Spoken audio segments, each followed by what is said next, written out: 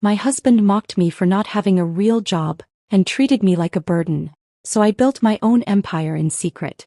When he lost everything and came begging for help, I watched him crumble, just like he wanted me to. I stood frozen in the doorway, my breath caught in my throat, my fingers tightening around the steaming cup of tea I had just prepared for him. The warmth of the ceramic burned against my palms, but I couldn't feel it, not really. Not when my entire world was shattering before me. I mean, come on, she doesn't even have a real job.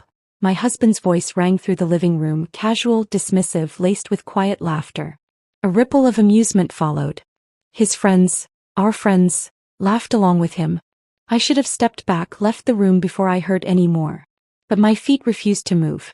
My heartbeat drummed in my ears, drowning out the rest of the conversation until all I could hear was my own breath, shaky and uneven. She just stays at home all day, scribbling in that little notebook of hers like it means something, he continued, completely unaware that I was standing behind him. I bust my back working, making sure the bills are paid, while she plays house and pretends to be a writer. More laughter. I felt the air leave my lungs, my grip loosening on the cup. It slipped from my fingers, crashing against the hardwood floor with a sharp shatter. The laughter stopped. A deep, heavy silence filled the room as every pair of eyes turned toward me. My husband's expression flickered, surprise, guilt, irritation. But it lasted only a second before he sighed, rubbing his temples as if I were the one embarrassing him. "Look, don't be so dramatic," he muttered, shaking his head. "It's just a joke." A joke. 7 years of my life. 7 years of standing beside him, supporting him, loving him with every fiber of my being. 7 years of cooking his favorite meals, ironing his shirts, holding him when he was stressed, believing in him when he doubted himself. 7 years of being his wife. And to him I was nothing more than a woman who played house. A woman without a real job. I swallowed the lump forming in my throat, bending down to clean the shards of broken ceramic. My hands trembled as I picked up the larger pieces, my mind replaying his words over and over again. He didn't even try to stop me. Not once did he apologize, not once did he move to help me. He simply returned to his conversation, brushing off the moment as if it didn't matter. As if I didn't matter. That night I lay in bed staring at the ceiling, the silence between us heavier than ever. My husband had fallen asleep easily, like a man with nothing on his conscience. I turned onto my side, watching the rise and fall of his chest, wondering how long he had felt this way. Had he always thought so little of me? Or had it happened slowly, bit by bit, until I had become just another fixture in his life, unimportant, replaceable? A single tear slid down my cheek and I quickly wiped it away. I would not cry over this. I would not let his words break me. But deep down something had cracked. Something I wasn't sure could ever be mended. The next morning I forced myself to act normal, pretending his words hadn't lodged themselves deep into my chest like a dagger. I went about my usual routine, making breakfast, tidying up, ensuring everything was perfect before he left for work. I handed him his coffee and he barely looked at me as he took it. Thanks. No remorse. No acknowledgement of last night. As if nothing had happened at all. I should have confronted him. Should have asked him why he said those things, why he laughed at me like I was nothing. But the words never came. Because deep down I already knew the answer. He didn't respect me. And maybe he never had. Days passed, then weeks, and I tried to push the thought away to convince myself that he was just stressed, that he didn't mean it. But once you hear the truth you can never unhear it. The way he spoke to me changed subtly at first. Less patience, less warmth. He started staying out later, his phone always turned away from me. The little things, the good morning kisses, the playful teasing, the casual touches, disappeared one by one like autumn leaves falling from a tree. Until one evening when I reached for his hand at dinner, and he pulled away like my touch was an inconvenience. That's when I knew. Something was wrong. But I wasn't ready to face it. Not yet. One evening I sat alone in my small writing space, my fingers tracing the edges of my old leather notebook. Writing had always been my escape, my way of making sense of the world. But I had set it aside after our wedding, pouring all of my energy into our marriage, into him. What was the point of chasing dreams when you already had everything you ever wanted? Only now I realized I had lost myself along the way. With a deep breath I opened the notebook, flipping through the empty pages. And then for the first time in years, I wrote. Not about love. Not about happiness. I wrote about pain. I wrote about a woman who gave everything only to be belittled, discarded. A woman who loved a man who saw her as nothing more than a shadow in his life. I wrote until my hands ached, until the words blurred together, until the weight in my chest started to lift. I didn't know it then, but that night would change everything. Because while my husband was slowly pulling away, I was finding something far more powerful than his love. I was finding myself. And soon he would realize he was losing the one thing he never thought he needed. The glow of my laptop screen was the only source of light in the dimly lit room. My fingers hovered over the keyboard, my mind a swirling storm of emotions.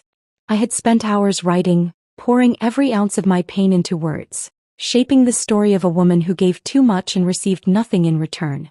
But reality was far worse than fiction. I glanced at the clock.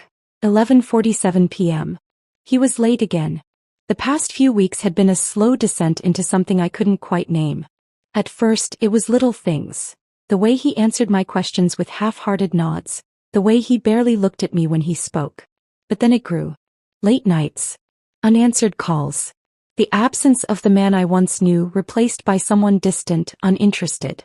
I heard the front door creak open, followed by the soft clatter of keys on the table. My breath hitched, my heart clinging to the foolish hope that maybe tonight would be different. Maybe he would come in, wrap his arms around me and tell me he missed me. Maybe he would see me. I closed my laptop and stepped into the hallway just as he shrugged off his coat. His tie was loosened, his sleeves rolled up, the scent of expensive cologne clinging to his skin. "Hey," I said, forcing a smile. He barely glanced at me. "Hey." That was it. No warmth. No explanation for why he was home so late. I swallowed, my hands gripping the edge of my sweater. "Dinner's in the kitchen. I made your favorite." His fingers brushed against his forehead in frustration. "I already ate." My smile faltered. "Oh." The silence stretched between us, thick and suffocating. He didn't even bother making an excuse. No apology. No acknowledgement of the hours I had spent preparing a meal for him. I searched his face, hoping to find some trace of the man I had married. But all I saw was indifference. "Okay," I whispered, stepping back. "I'll just put it away." He didn't respond. He simply walked past me, heading straight to the bedroom, leaving me standing there, alone. Over the next few days, the pattern continued. He came home late, stayed glued to his phone, avoided conversations. When we did talk, his responses were clipped, as if I was an obligation he had to tolerate. One evening I tried to bridge the distance. I waited for him to return, wearing the dress he once loved, the one he used to say made me look like a dream. I set up a quiet dinner, candles flickering against the dim light, hoping, praying, that maybe this would remind him of us. He walked in, barely sparing a glance. "What's all this?" he asked, his voice flat. I swallowed my pride, my fingers twisting together. "I thought we could have dinner together. Just us." Pause. Then a sigh. "I have work to do." I bit my lip, willing my tears to stay put. "It's just one meal." His jaw tightened. "I'm tired." I stood there, staring at the man who once swore he would never let me feel alone. "Are you tired?" I asked softly. "Or are you tired of me?" His eyes flicked up to meet mine. For a moment something flashed in them. Guilt, maybe. But then just as quickly it was gone. "Don't start," he muttered, running a hand through his hair. "I just want some peace." "Peace." I nodded slowly, my chest tightening. "Of course." Without another word, he disappeared into his office, closing the door behind him. I stood in the quiet, the candles flickering before me, casting long, lonely shadows against the walls. I realized then that I wasn't just losing him. I had already lost him. The days blurred together, each one colder than the last. I stopped trying. Stopped waiting for him to come home early. Stopped preparing his favorite meals. Stopped hoping he would notice the way I kept shrinking into myself. I focused on my writing instead. It was the only thing that didn't turn away from me, the only thing that made me feel like I still existed. One night, I sat on the couch, my laptop balanced on my knees, when he finally spoke to me. "Are you still wasting time on that?" I looked up, my stomach twisting. "On what?" He gestured toward my laptop. "You're writing." I blinked, my fingers curling against the keyboard. "It's not a waste of time."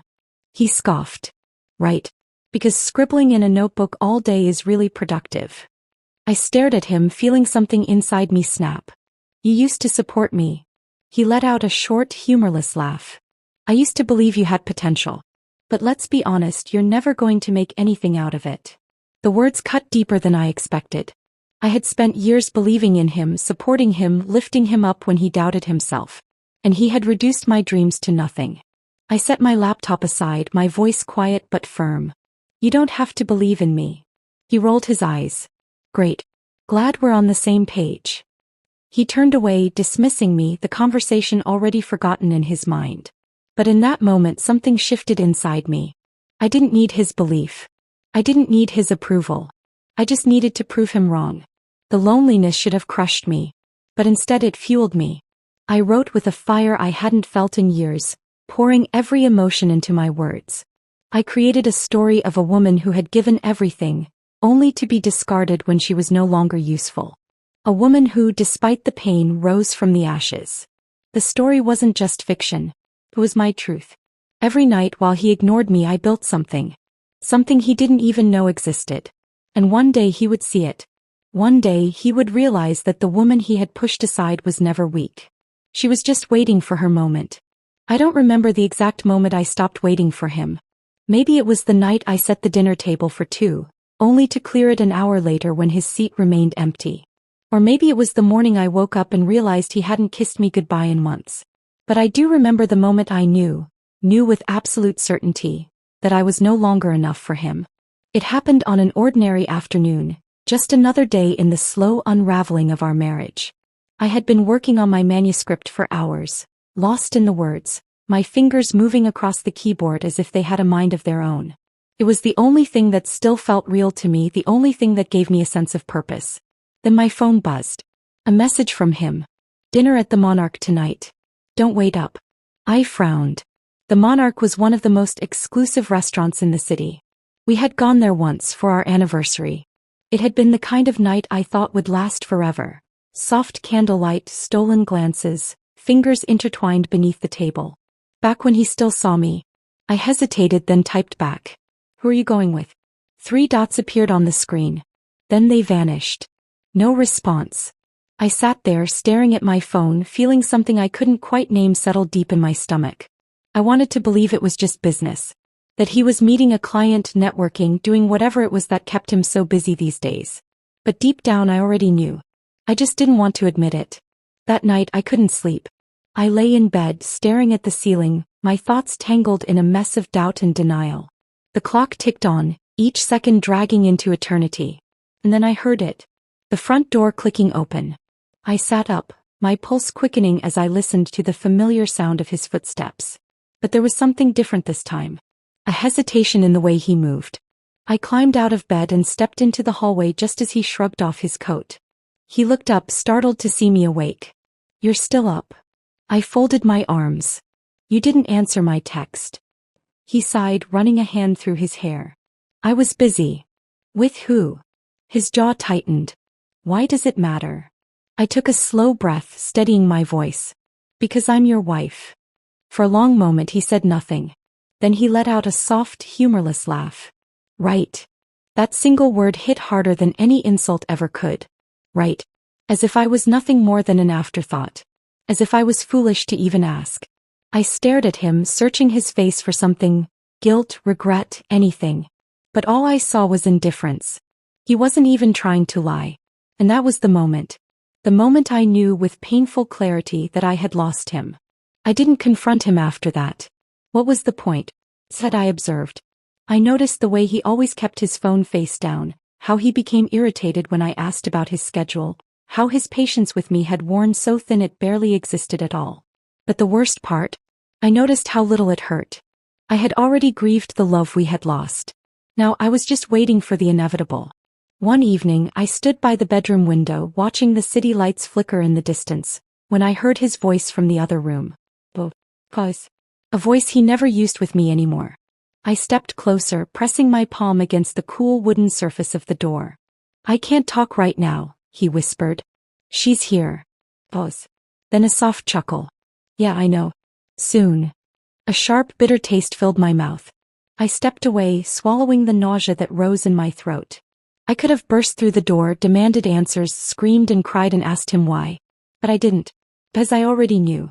And the worst part? I wasn't even surprised. The days stretched into weeks, each one heavier than the last. We barely spoke. We shared the same space but lived in different worlds. I no longer cooked his meals. No longer waited for him to come home. No longer cared if he spent his nights with someone else. Said I wrote. Every moment of neglect, every quiet betrayal, every silent wound, I poured it all onto the page. It was the only thing keeping me sane. One night as I sat at my desk, my fingers aching from hours of typing, I heard him call my name. For a second I hesitated. Then I turned. He stood in the doorway, arms crossed, a look of quiet frustration on his face. You're always on that laptop. I raised an eyebrow. And you're always out. A flicker of annoyance crossed his features. So this is what we've become? I let out a soft laugh, shaking my head. No. This is what you turned us into. He didn't argue. He didn't apologize. He just sighed, running a hand down his face.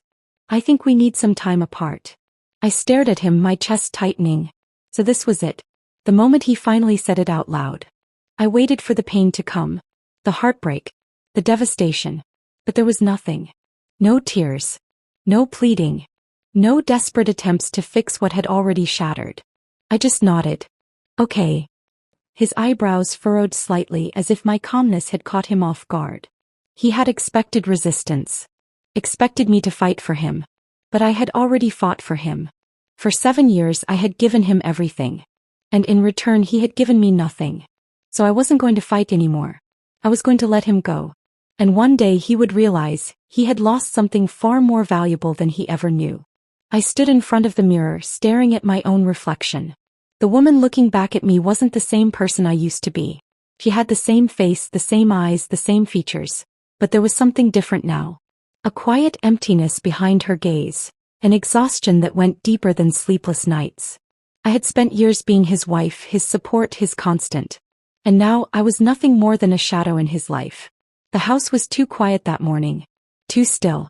It had been 3 days since he told me we needed time apart. 3 days of moving around in silence, avoiding conversations, avoiding him. But something was different today. A strange energy filled the air, an unspoken tension thick enough to suffocate me. Then I heard the sound of a suitcase being dragged across the floor. My chest tightened. I turned away from the mirror and walked into the hallway. And there he was. Standing by the door, his suitcase packed, his coat neatly folded over his arm. He wasn't just leaving for a few days. He was leaving for good. I felt my heart drop to my stomach. You're really doing this? He exhaled through his nose, shifting the weight of his suitcase. I think it's for the best. Best for who? Certainly not for me. I swallowed, trying to keep my voice steady. Is there someone else? His jaw tightened, his eyes darting away. It was a small movement, barely noticeable, but I caught it. I knew the answer before he even spoke. There's no point in dragging this out, he muttered. A confession without actually saying the words. He wasn't leaving to find someone new. He already had her. The final piece of the puzzle clicked into place and my stomach twisted with nausea. I had spent months, years telling myself I was imagining things, that I was overreacting, that I was being paranoid. But I wasn't. It had been her all along. I took a slow step back, gripping the wall for support. How long? He let out a long breath, rubbing the bridge of his nose. Does it really matter? I let out a short, humorless laugh. It does to me. He hesitated. A while. 7 years of marriage, 7 years of loving him, trusting him, believing in him, and he had thrown it all away for someone else. I forced myself to stand tall, to hold on to the last shred of dignity I had left. Is she worth it? I asked, my voice barely above a whisper. He looked at me, then really looked at me, and for the first time in months I saw something flicker in his eyes. Guilt. But guilt wasn't love. And guilt wouldn't change the fact that he had already made his choice. I hope so, he said, voice quiet. He hoped so. I nodded slowly, pressing my lips together to stop them from trembling. And then just like that he turned and walked out the door. No final words. No apologies. No last-minute hesitation. Just gone. The house felt different without him. Lighter somehow. I expected to fall apart, to crumble under the weight of my grief, to sob until my lungs gave out. But I didn't. Instead, I stood in the doorway staring at the empty space where he had been, and felt something else entirely. Relief. I didn't have to wait up anymore. Didn't have to wonder where he was or who he was with. Didn't have to beg for scraps of his attention. He was gone. And maybe, just maybe, that was a good thing. Days passed. Then weeks. People started whispering. His friends, our friends, acted awkward around me, offering forced smiles and sympathetic nods whenever I passed by. And then the news broke. I saw it first on social media. A tagged photo, a candid shot taken at an upscale event. There he was. Smiling. Carefree. And beside him, her. Younger. Prettier. Dressed in designer clothes that cost more than my entire wardrobe combined. The caption beneath the photo made my stomach churn. The city's most powerful couple. Unstoppable together. Unstoppable. Like I had never even existed. Like the past 7 years had been nothing more than a forgotten chapter in his life. A lump formed in my throat, but I swallowed it down. I refused to cry over this. Over him. I shut my laptop and stood up, my hands trembling. This wasn't heartbreak anymore. This was humiliation. And I wasn't going to let it destroy me. That night, I sat at my desk, staring at the blinking cursor on my screen. My manuscript was unfinished, sitting in drafts, waiting for an ending I hadn't been able to write. But now I knew how the story would end. Not with heartbreak. Not with a woman left shattered by a man who never deserved her love. But with a woman who rose from it. I started typing. Faster. Sharper. Stronger. I wrote about a woman who had given everything, only to be discarded when she was no longer useful. A woman who was told she wasn't enough, only to prove everyone wrong. A woman who wasn't just surviving, she was thriving. The words poured out of me raw and unfiltered. And for the first time in a long time I felt free. Weeks later, I walked into a cafe and overheard a conversation at the table beside me. "She's incredible," one woman said, scrolling through her phone. "Have you read her book? It's like she took every woman's worst nightmare and turned it into a victory story." "I heard it's based on real life," her friend replied. "People are saying the husband in the book is actually her ex." A slow smile formed on my lips. They had no idea the woman they were talking about was sitting just a few feet away. I sipped my coffee, listening to them gush over my work, feeling something I hadn't felt in years. Pride. Not in him. Not in our failed marriage. But in myself. I had taken the pain he left me with and turned it into something powerful. Something unstoppable. And for the first time since he walked out that door, I was glad he did. I sat in the cafe for a long time after the two women left, my fingers wrapped around my coffee cup, the warmth grounding me in a way I hadn't expected. They had been talking about me. About my book. About my story. 4 years I had been invisible. Just a wife, just an accessory to someone else's success. Now people were reading my words, feeling my pain, celebrating my victory. And the best part?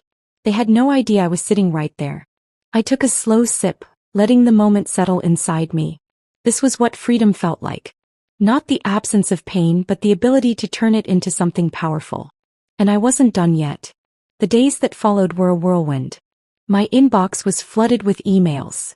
From publishers, from readers, from women who saw themselves in my story. Some were messages of gratitude, others of heartbreak, but all of them had the same undertone. "Thank you for writing this." One email stood out. Subject: TV interview request. I clicked it open, my pulse quickening. A major talk show wanted me to come on and discuss my book. I leaned back in my chair, exhaling slowly. For so long I had let myself shrink. I had let him define my worth. Now the world was asking me to step forward, to tell my story not just on paper but in my own voice. I thought of him. What would he think if he saw me now? Would he regret leaving? Would he even care? It didn't matter. Because this wasn't about him anymore. The night of the interview I stood in front of the mirror, adjusting the lapels of my tailored blazer. I looked different.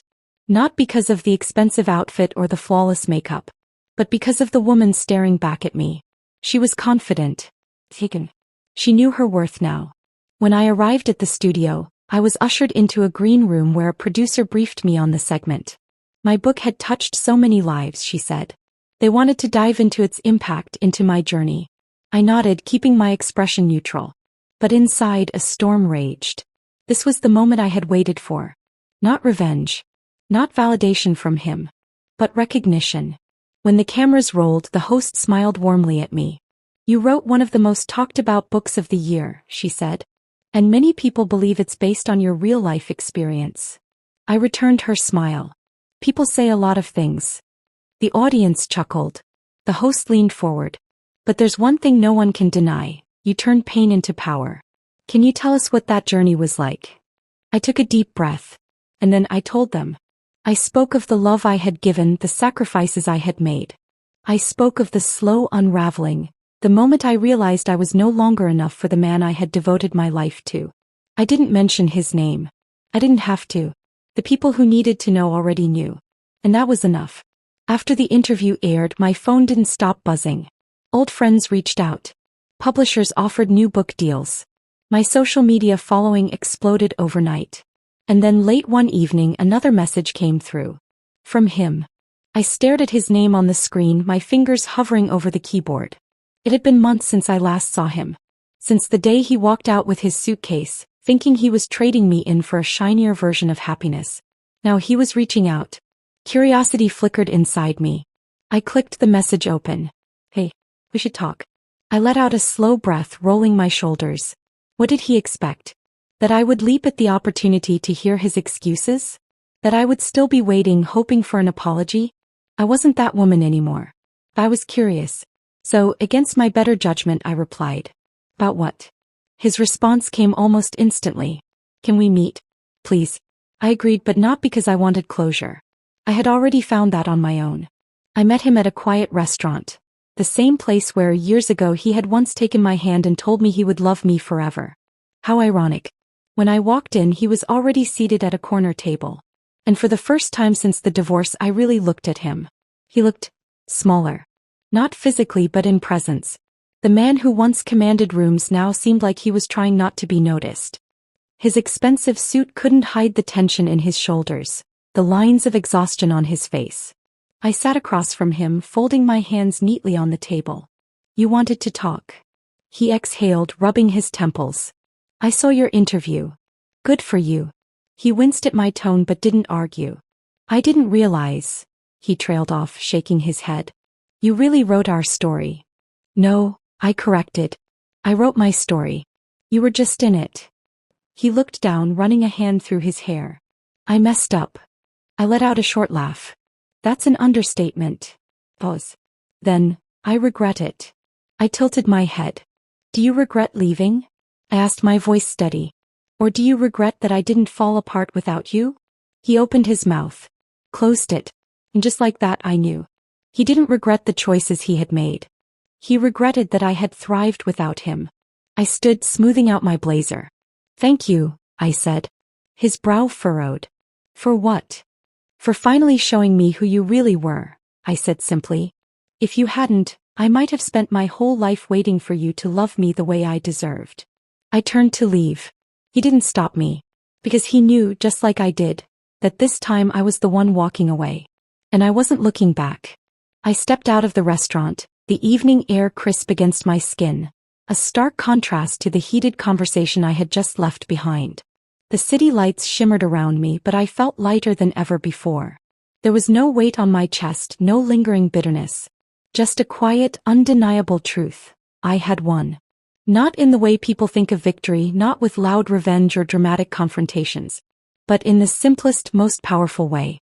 I had set myself free. As I walked towards my car, I pulled out my phone and scrolled through my notifications. The interview had gone viral.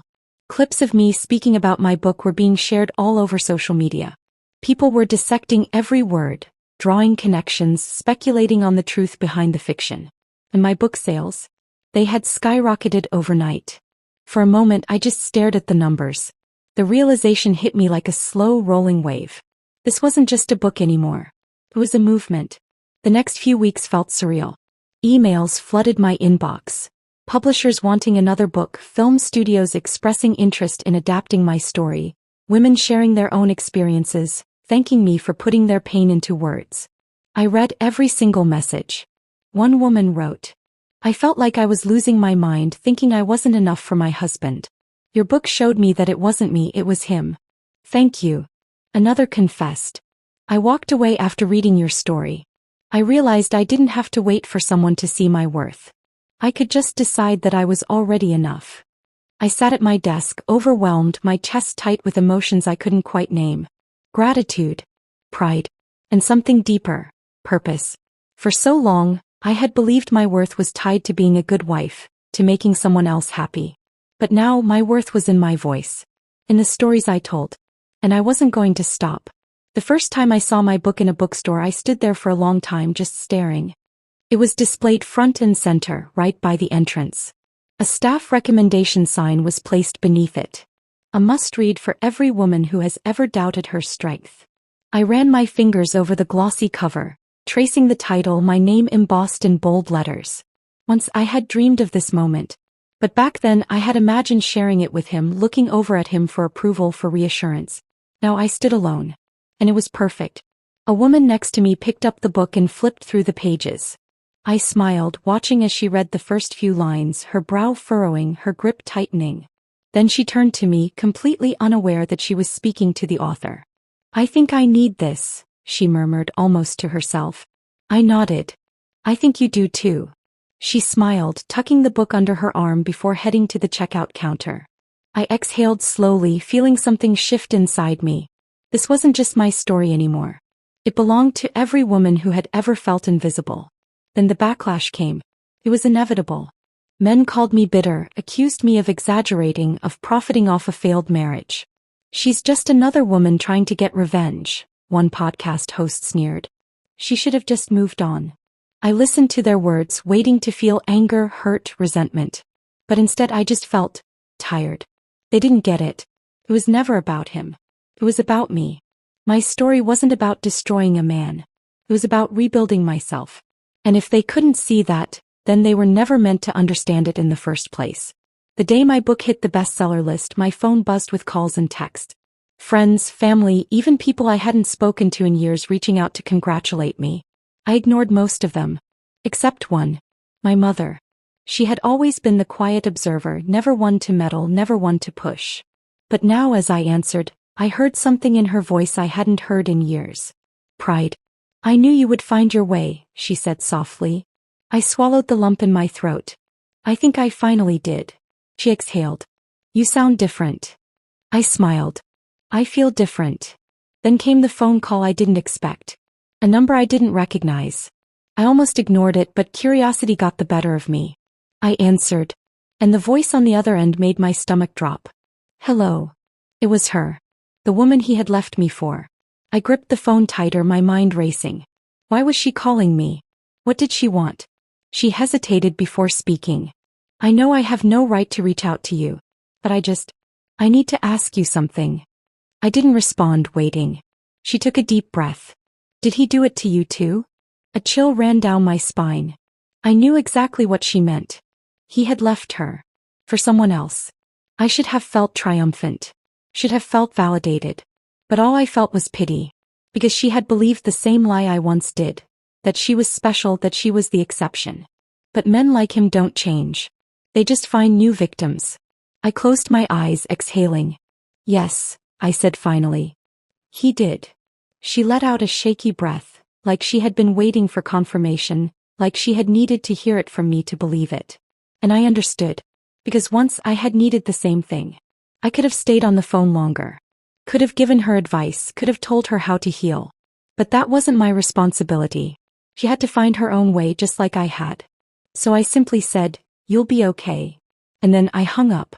That night I stood on my balcony, staring at the city lights, letting the wind carry away the weight of the past. I had spent so many years trying to be the perfect wife, the perfect woman. But I was done chasing perfection. I was enough just as I was. And my story wasn't over yet. It was only just beginning. I stepped back inside my apartment, closing the balcony door behind me, the city lights still twinkling beyond the glass. The conversation with her lingered in my mind, but I pushed it away. That chapter wasn't mine to finish. I had my own story to live. As I made my way to the kitchen, my phone vibrated on the counter. Another call.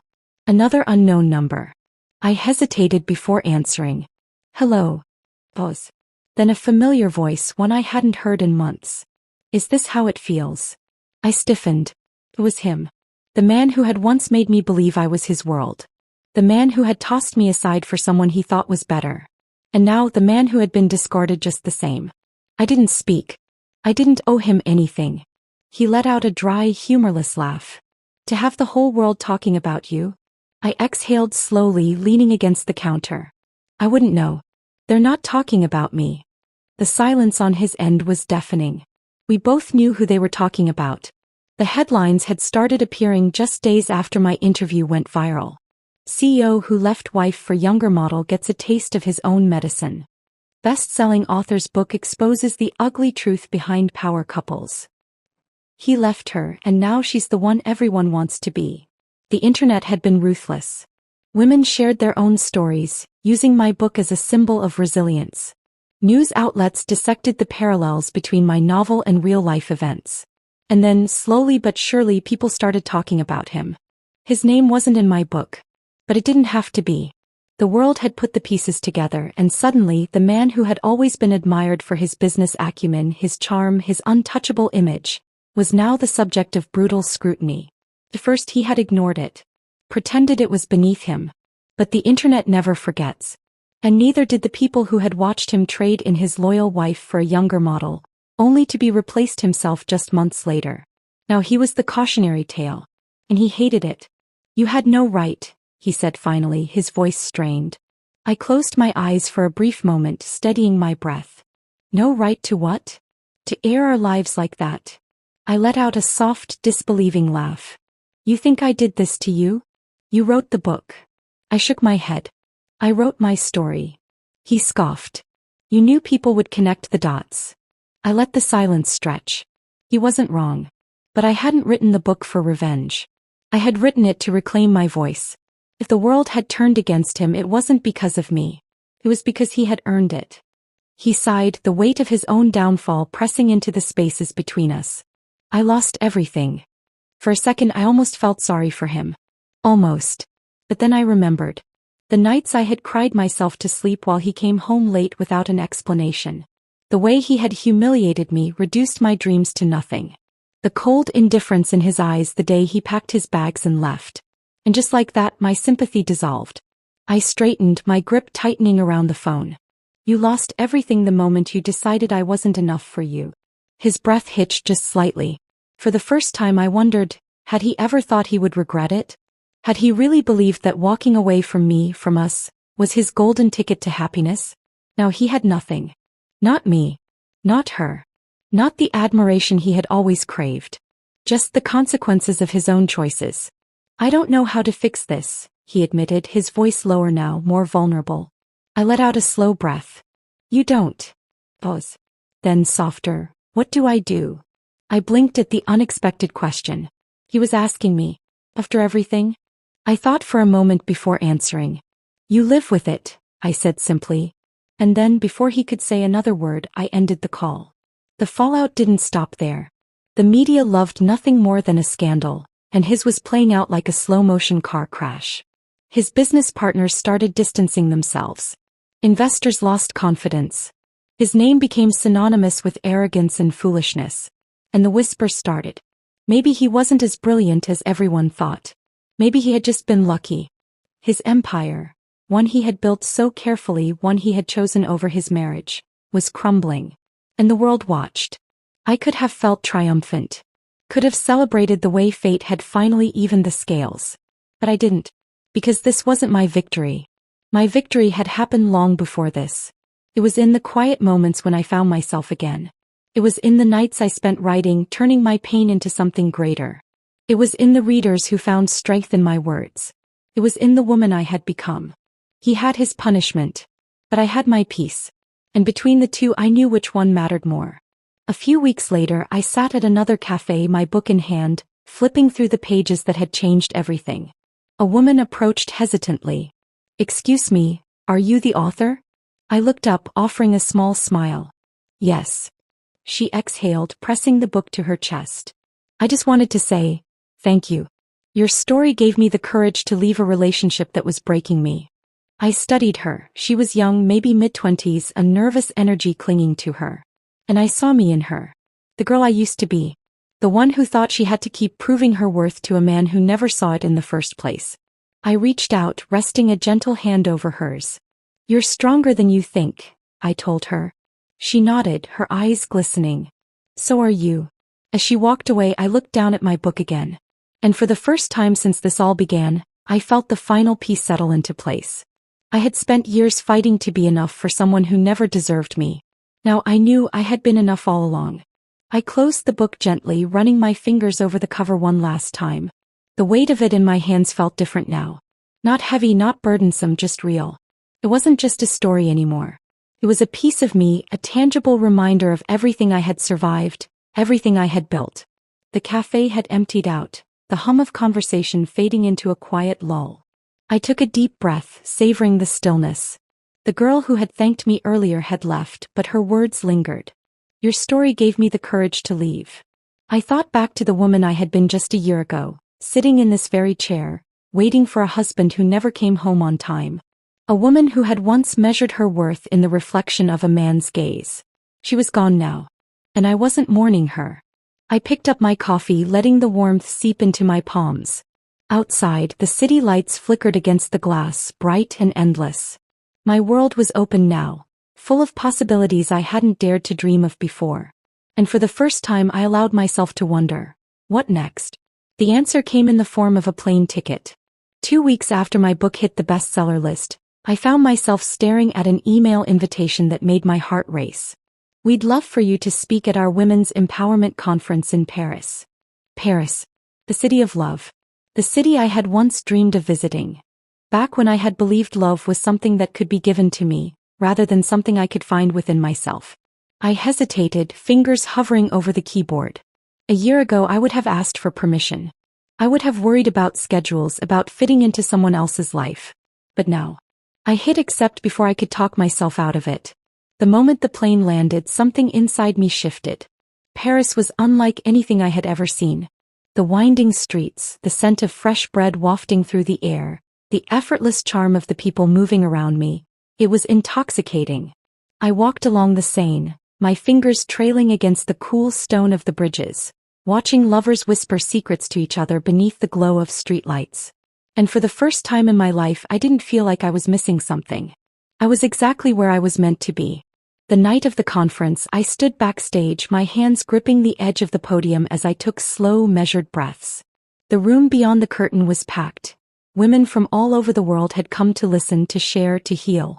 I had spoken in interviews before, had answered endless questions about my book. But this was different. This was real. The host introduced me, and as I stepped onto the stage, the applause was deafening. I took my place, adjusting the microphone, scanning the faces before me. Then I began. "When I wrote this book," I said, "I wasn't thinking about success. I wasn't thinking about revenge. I was just trying to survive." A hush fell over the crowd. I thought my story was just mine. But then I realized, so many of us have lived this story in different ways. We've been told we aren't enough. We've been made to believe that our worth is tied to someone else's love, someone else's validation. I paused, my voice steady. But that's a lie. A woman in the front row wiped at her eyes. We are enough on our own. And sometimes the most powerful thing we can do is walk away from a love that doesn't love us back. The applause that followed was like a wave, crashing over me, filling the spaces I didn't know were still empty. I had never felt more whole. That night, I walked along the river, the weight of the speech still lingering in my chest. My phone buzzed, and when I pulled it out, I saw another message from him. I didn't read it. I simply deleted it. He was my past. And I wasn't looking back. On my last night in Paris, I sat at a quiet cafe, a glass of wine in front of me, watching the world pass by. A man approached, polite but confident. "May I sit?" I glanced up, studying him. He was handsome, yes, but there was something else. Something I hadn't seen in a man in a long time. Kindness. I gestured to the seat across from me. "Go ahead." He smiled, setting his coffee down. "You look like someone with a story." I laughed softly. "I have a few." He leaned in slightly, curiosity in his eyes. "And do they have happy endings?" I thought for a moment. Then I smiled. "They're still being written." I didn't know what the future held. I didn't know if love would find me again or if I even wanted it to. But I knew one thing for certain. I wasn't the woman who waited anymore. I wasn't the woman who begged, who compromised herself for someone who saw her as less. I was the woman who walked away. And that was the happiest ending I could have ever asked for. My journey wasn't just about heartbreak. It was about rediscovering my worth, turning pain into power, and proving that success is the best revenge. If you believe in strength after betrayal and the power of self-worth, hit subscribe for more stories that inspire, empower, and remind you that walking away is sometimes the greatest victory. He tried to embarrass me by flirting with another woman right in front of me. But by the end of the night, I was the one who had the last laugh. You know that sinking feeling when you realize someone's trying to break you? That's exactly what I felt watching James deliberately flirt with the blonde at the next table. Each laugh, each accidental touch, each meaningful glance. It was all choreographed perfectly to shatter my dignity in front of everyone at my own birthday dinner. But James never was good at reading the room, or me for that matter. Before we begin, I want to take a moment to thank each of you for being part of this incredible journey. If you're enjoying these stories of empowerment, consider subscribing. It's completely free and helps us build this amazing community. Let's dive in. The restaurant was packed with our friends and colleagues. The same people I'd invited to celebrate what I thought would be a special evening. The crystal chandeliers of Le Méridien threw sparkles across the champagne glasses, creating an ironically festive atmosphere for my public humiliation. Every time she giggled at his jokes, I could feel pitying glances from our dinner guests burning into my skin. Sarah, my CFO, kept shooting me concerned looks, while David from legal seemed particularly interested in his lobster thermidor. "Oh James, you're so funny." Her voice carried across the table, perfectly pitched to ensure I wouldn't miss a word. She was beautiful, I'll give her that. Probably 10 years younger than me, with that fresh-faced innocence I'd lost somewhere between board meetings and building my empire. Her red dress was designer, but just a touch too obvious for Le Meridian's refined atmosphere. James had always been predictable in his tastes. What James didn't know was that while he was playing his little game, I was sitting on information that would make this evening unforgettable. Just not in the way he planned. You see, success leaves clues and failure leaves paperwork. 2 weeks ago, I discovered something interesting about James's new business venture. The one he'd been funneling my investment firm's money into. The same venture he'd been using to impress his new friend with tales of his business acumen. I watched him gesture animatedly, probably explaining his brilliant strategy for market disruption. The same strategy that involved cooking books so creatively they could have won a Michelin star. My team had discovered the discrepancies during a routine audit, but I'd kept that information close to my chest. Sometimes, patience is the best weapon in your arsenal. Taking another sip of my champagne, I observed as he leaned in closer to her, his wedding ring glinting under the chandelier light.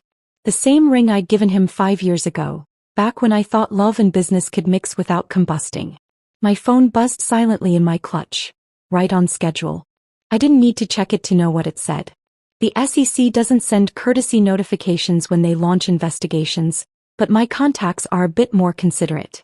Around the table, our guests were starting to shift uncomfortably. James's display was becoming too obvious to ignore, and in our social circle, embarrassment was a communicable disease.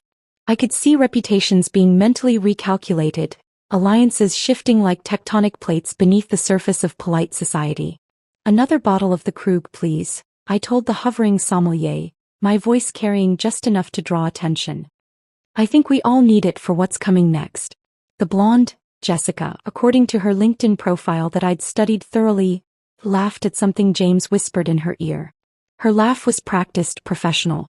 It should be, considering her role as VP of Corporate Communications at Henderson Global. Our biggest competitor, and coincidentally, the company that had just secretly agreed to acquire my firm along with all its assets and liabilities, including James's creative accounting projects. "James, darling," I called out, my voice steady and sweet as artificial sweetener. "Why don't you invite your friend to join our table? I'm sure everyone would love to meet the new VP of Corporate Communications at Henderson Global." The color drained from his face so fast I thought he might faint. Jessica's professional laugh cut off mid-sound. The table went quiet enough to hear a reputation drop. You see, James had always underestimated me. He saw what he wanted to see. The woman who'd given him a job, a ring, and apparently, enough rope to hang himself professionally. What he never saw was the chess player, the strategist who'd built a $1 million investment firm from scratch while he was still trading penny stocks and dreams. How? James started, but I cut him off with a smile that could freeze hell. Happy birthday to me, I said, raising my glass. The ice cubes clinked against the crystal, a perfect accompaniment to the sound of James's world beginning to crumble. Jessica, I hope your team at Henderson is ready for a busy week. The press loves a good corporate scandal, especially one with such personal elements. Around the table, realization dawned like a slow-motion car crash. Sarah's concern transformed into barely concealed glee. She'd never liked James. David the lawyer had finally looked up from his lobster, his expression professional but his eyes alight with the joy of someone who lives for contractual bloodbaths. He tried to humiliate me by flirting with another woman in front of me. But by the end of the night, it was me who walked away with the last laugh, along with his company, his reputation, and the knowledge that sometimes, revenge is best served with a side of champagne and a garnish of perfect timing. As I stood to leave, I couldn't help but appreciate the symmetry of it all. James had wanted to make my birthday memorable. And thanks to his spectacular miscalculation, it would be a night none of us would ever forget. The silence that followed my announcement lasted precisely 3 seconds before chaos erupted in the most polite way possible. Lou Meridian's other patrons pretended not to stare while watching every moment of the unfolding drama. James stood frozen, his expensive suit suddenly seeming to hang awkwardly on his frame, while Jessica's professional composure cracked like thin ice. I don't know what you're talking about, James attempted, his voice carrying that fake confidence I'd heard so many times in board meetings before he presented cooked numbers. Jessica and I were just discussing potential business opportunities. Oh, I'm sure you were. I took another sip of champagne, savoring the moment like a fine vintage. Just like you were discussing business opportunities when you diverted $2.3 million from the Anderson account into your shell company? Sarah choked on her drink, though I couldn't tell if it was from shock or delight. The rest of our dinner guests were doing their best impressions of tennis spectators, heads swiveling between James and me. Jessica started gathering her things, her movements sharp and panicked. I should go. Please stay, I said, my tone making it clear this wasn't a request. After all, Henderson Global might want to know exactly what kind of liability they're inheriting when the merger goes through. Or did James not mention that part when he was sharing insider information? The color that had drained from James's face now rushed back in an angry flush. He took a step toward our table, then seemed to think better of it when David the lawyer cleared his throat meaningfully. You can't prove anything, James hissed, but his eyes darted to his half-empty whiskey glass like he wished it was something stronger. I reached into my clutch and pulled out a small USB drive, placing it delicately next to my champagne flute. Funny thing about modern technology, it leaves traces. Emails, bank transfers, even those cute little messages you've been sending Jessica about our company's confidential information. The SEC finds these things fascinating. The restaurant's soft background music seemed to fade away as the weight of my words settled over the table. James's hands were trembling now, though he tried to hide it by shoving them in his pockets. You're bluffing, he said, but his voice cracked on the second word. Am I? I smiled, the kind of smile that sharks might give if they wore Chanel. Would you like to test that theory? I'm sure our guests would love to hear the details. Or perhaps we should call the partners at Henderson Global. I have them on speed dial. Jessica stood abruptly, her chair scraping against the floor with an undignified screech. We didn't. She looked at James with a mixture of horror and betrayal before grabbing her purse and practically running for the exit. Wait. James called after her, taking a few steps before realizing that following her would only confirm everything to our audience. I stood slowly, smoothing my dress with deliberate care.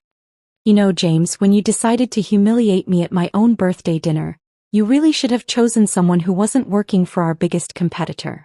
That's the problem with your schemes, you never think them through to the end. Our dinner guests were silent now, watching the systematic destruction of James's career and reputation with the fascinated horror of people watching a luxury car crash in slow motion. What do you want? James finally asked, his voice barely above a whisper. Want? I laughed, and it was a genuine laugh, the kind that comes from pure, undiluted satisfaction. I already have everything I want. By this time tomorrow, the SEC will have their investigation underway. Henderson Global will be backing out of their merger plans, and you, I paused, letting the moment stretch. You will be exactly what you've always been, a man who mistook my kindness for weakness. I picked up my clutch, leaving the USB drive on the table like a loaded gun. Happy birthday to me indeed. Turning to our guests, I added, please enjoy the rest of dinner. I've already taken care of the bill. Consider it a parting gift. As I walked toward the exit, I could hear the murmurs starting behind me, the buzz of scandal taking wing. James remained rooted to his spot, staring at the USB drive like it was a venomous snake. In a way, it was one that he had nurtured in his own books, fed with his own greed, and ultimately let strike at his own heart. He had tried to humiliate me in front of everyone who mattered in our world. Instead, he'd given me the perfect stage for his own undoing. Sometimes karma needs a helping hand, and mine was manicured to perfection. The night air hit my face as I stepped out of Le Meridian, carrying with it the sweet scent of victory. My driver, Michael, was already waiting with the car door open. What James never knew was that Michael wasn't just my driver. He was also a former intelligence operative who'd been instrumental in uncovering the web of lies I'd just exposed. Everything went according to plan? Michael asked as he pulled away from the curb. Even better. I slipped off my heels, letting the tension of the evening seep out of my shoulders. Jessica played her part perfectly, even though she had no idea she was in my production. The truth was, I'd known about James's affair with Jessica for 3 months. What he didn't realize was that she wasn't his first contact at Henderson Global. I was. 6 months ago, when their CEO Richard Thompson approached me about a potential merger, I'd discovered James's embezzlement. Rather than confront him immediately, I'd watched, waited, and documented everything.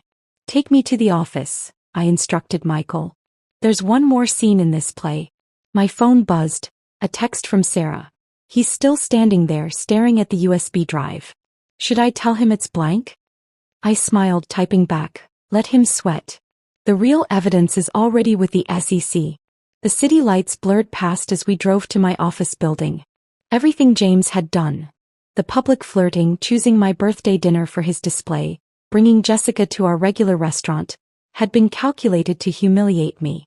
But his real mistake was assuming I was the same naive woman who'd given him a job 5 years ago. In my office, I kicked off my heels and walked to the window wall overlooking the city. Behind me, my laptop pinged with an incoming email. Right on schedule. Miss Sullivan, the email from Richard Thompson read, in light of recent developments concerning potential financial irregularities at your firm, Henderson Global is preparing to announce our withdrawal from merger discussions. However, given your proactive handling of the situation and the evidence you've provided, we would like to discuss an alternative arrangement. Another ping, this time from my private investigator. Attached were photos of James leaving various hotels over the past months, not just with Jessica but with 3 other women. All of them, coincidentally, worked for companies we were in negotiations with. James hadn't just been cheating. He'd been trying to build his own network of insider information. My phone rang. The caller ID showed Agent Reynolds. See. Everything is in place, she said when I answered. We'll move first thing in the morning. You're sure you want to go through with this? He was your husband. Was being the operative word, I replied, thinking of the divorce papers already prepared and waiting in my desk drawer. And yes, I'm sure. He didn't just betray me, he betrayed our investors, our employees, everything we built. I opened my safe and pulled out the real USB drive. The one containing 3 years' worth of evidence. Every transaction, every secret meeting, every attempt to undermine the company I'd built from the ground up. James had thought he was so clever, building his little empire within mine. He never realized he was being watched the entire time. Sarah texted again. He finally left. Tried to take the fake USB, but David accidentally spilled wine on it. Should see his face. The pieces were all falling into place. By morning, the SEC would launch their investigation. By noon, Henderson Global would publicly withdraw from the merger. And by evening, James would discover that his access to all accounts, both corporate and personal, had been frozen. But the real twist? Those companies he thought he was manipulating through his affairs?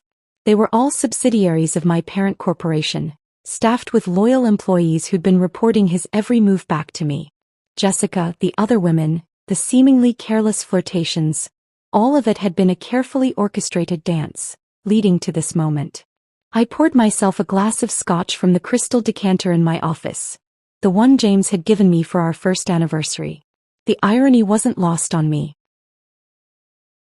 Your car is still at the restaurant. Michael's voice came through the intercom.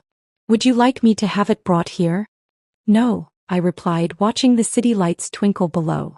Let him see it there tomorrow morning when he's desperately trying to salvage what's left of his dignity. Sometimes the best revenge isn't just about winning. It's about making sure they know exactly how thoroughly they lost. Morning arrived with the precision of a well-oiled machine. I'd barely slept, but adrenaline was a better stimulant than coffee. My phone started buzzing at exactly 7 a.m., right as the SEC's investigation became public knowledge. Turn on CNBC. Sarah's voice crackled through my car's speakers as Michael drove me to the office. The financial news anchor was already dissecting the developing scandal at Sullivan & Partners Investment Group. The ticker at the bottom of the screen showed our stock had been temporarily suspended from trading.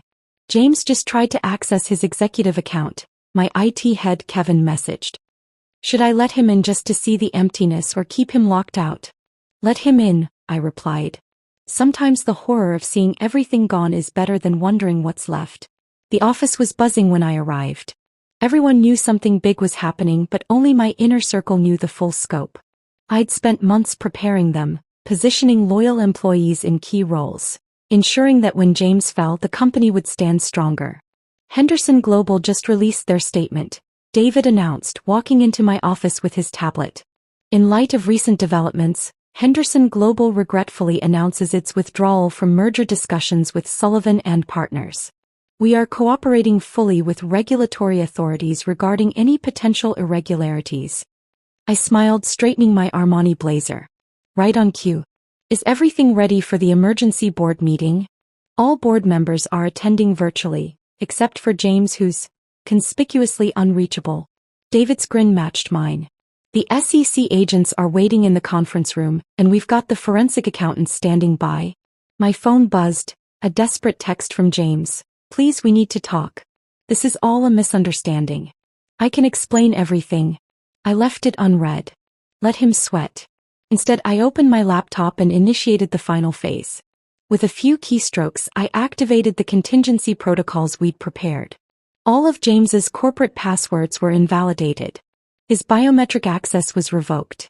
Even his company phone was remotely wiped, though not before we'd backed up every incriminating message.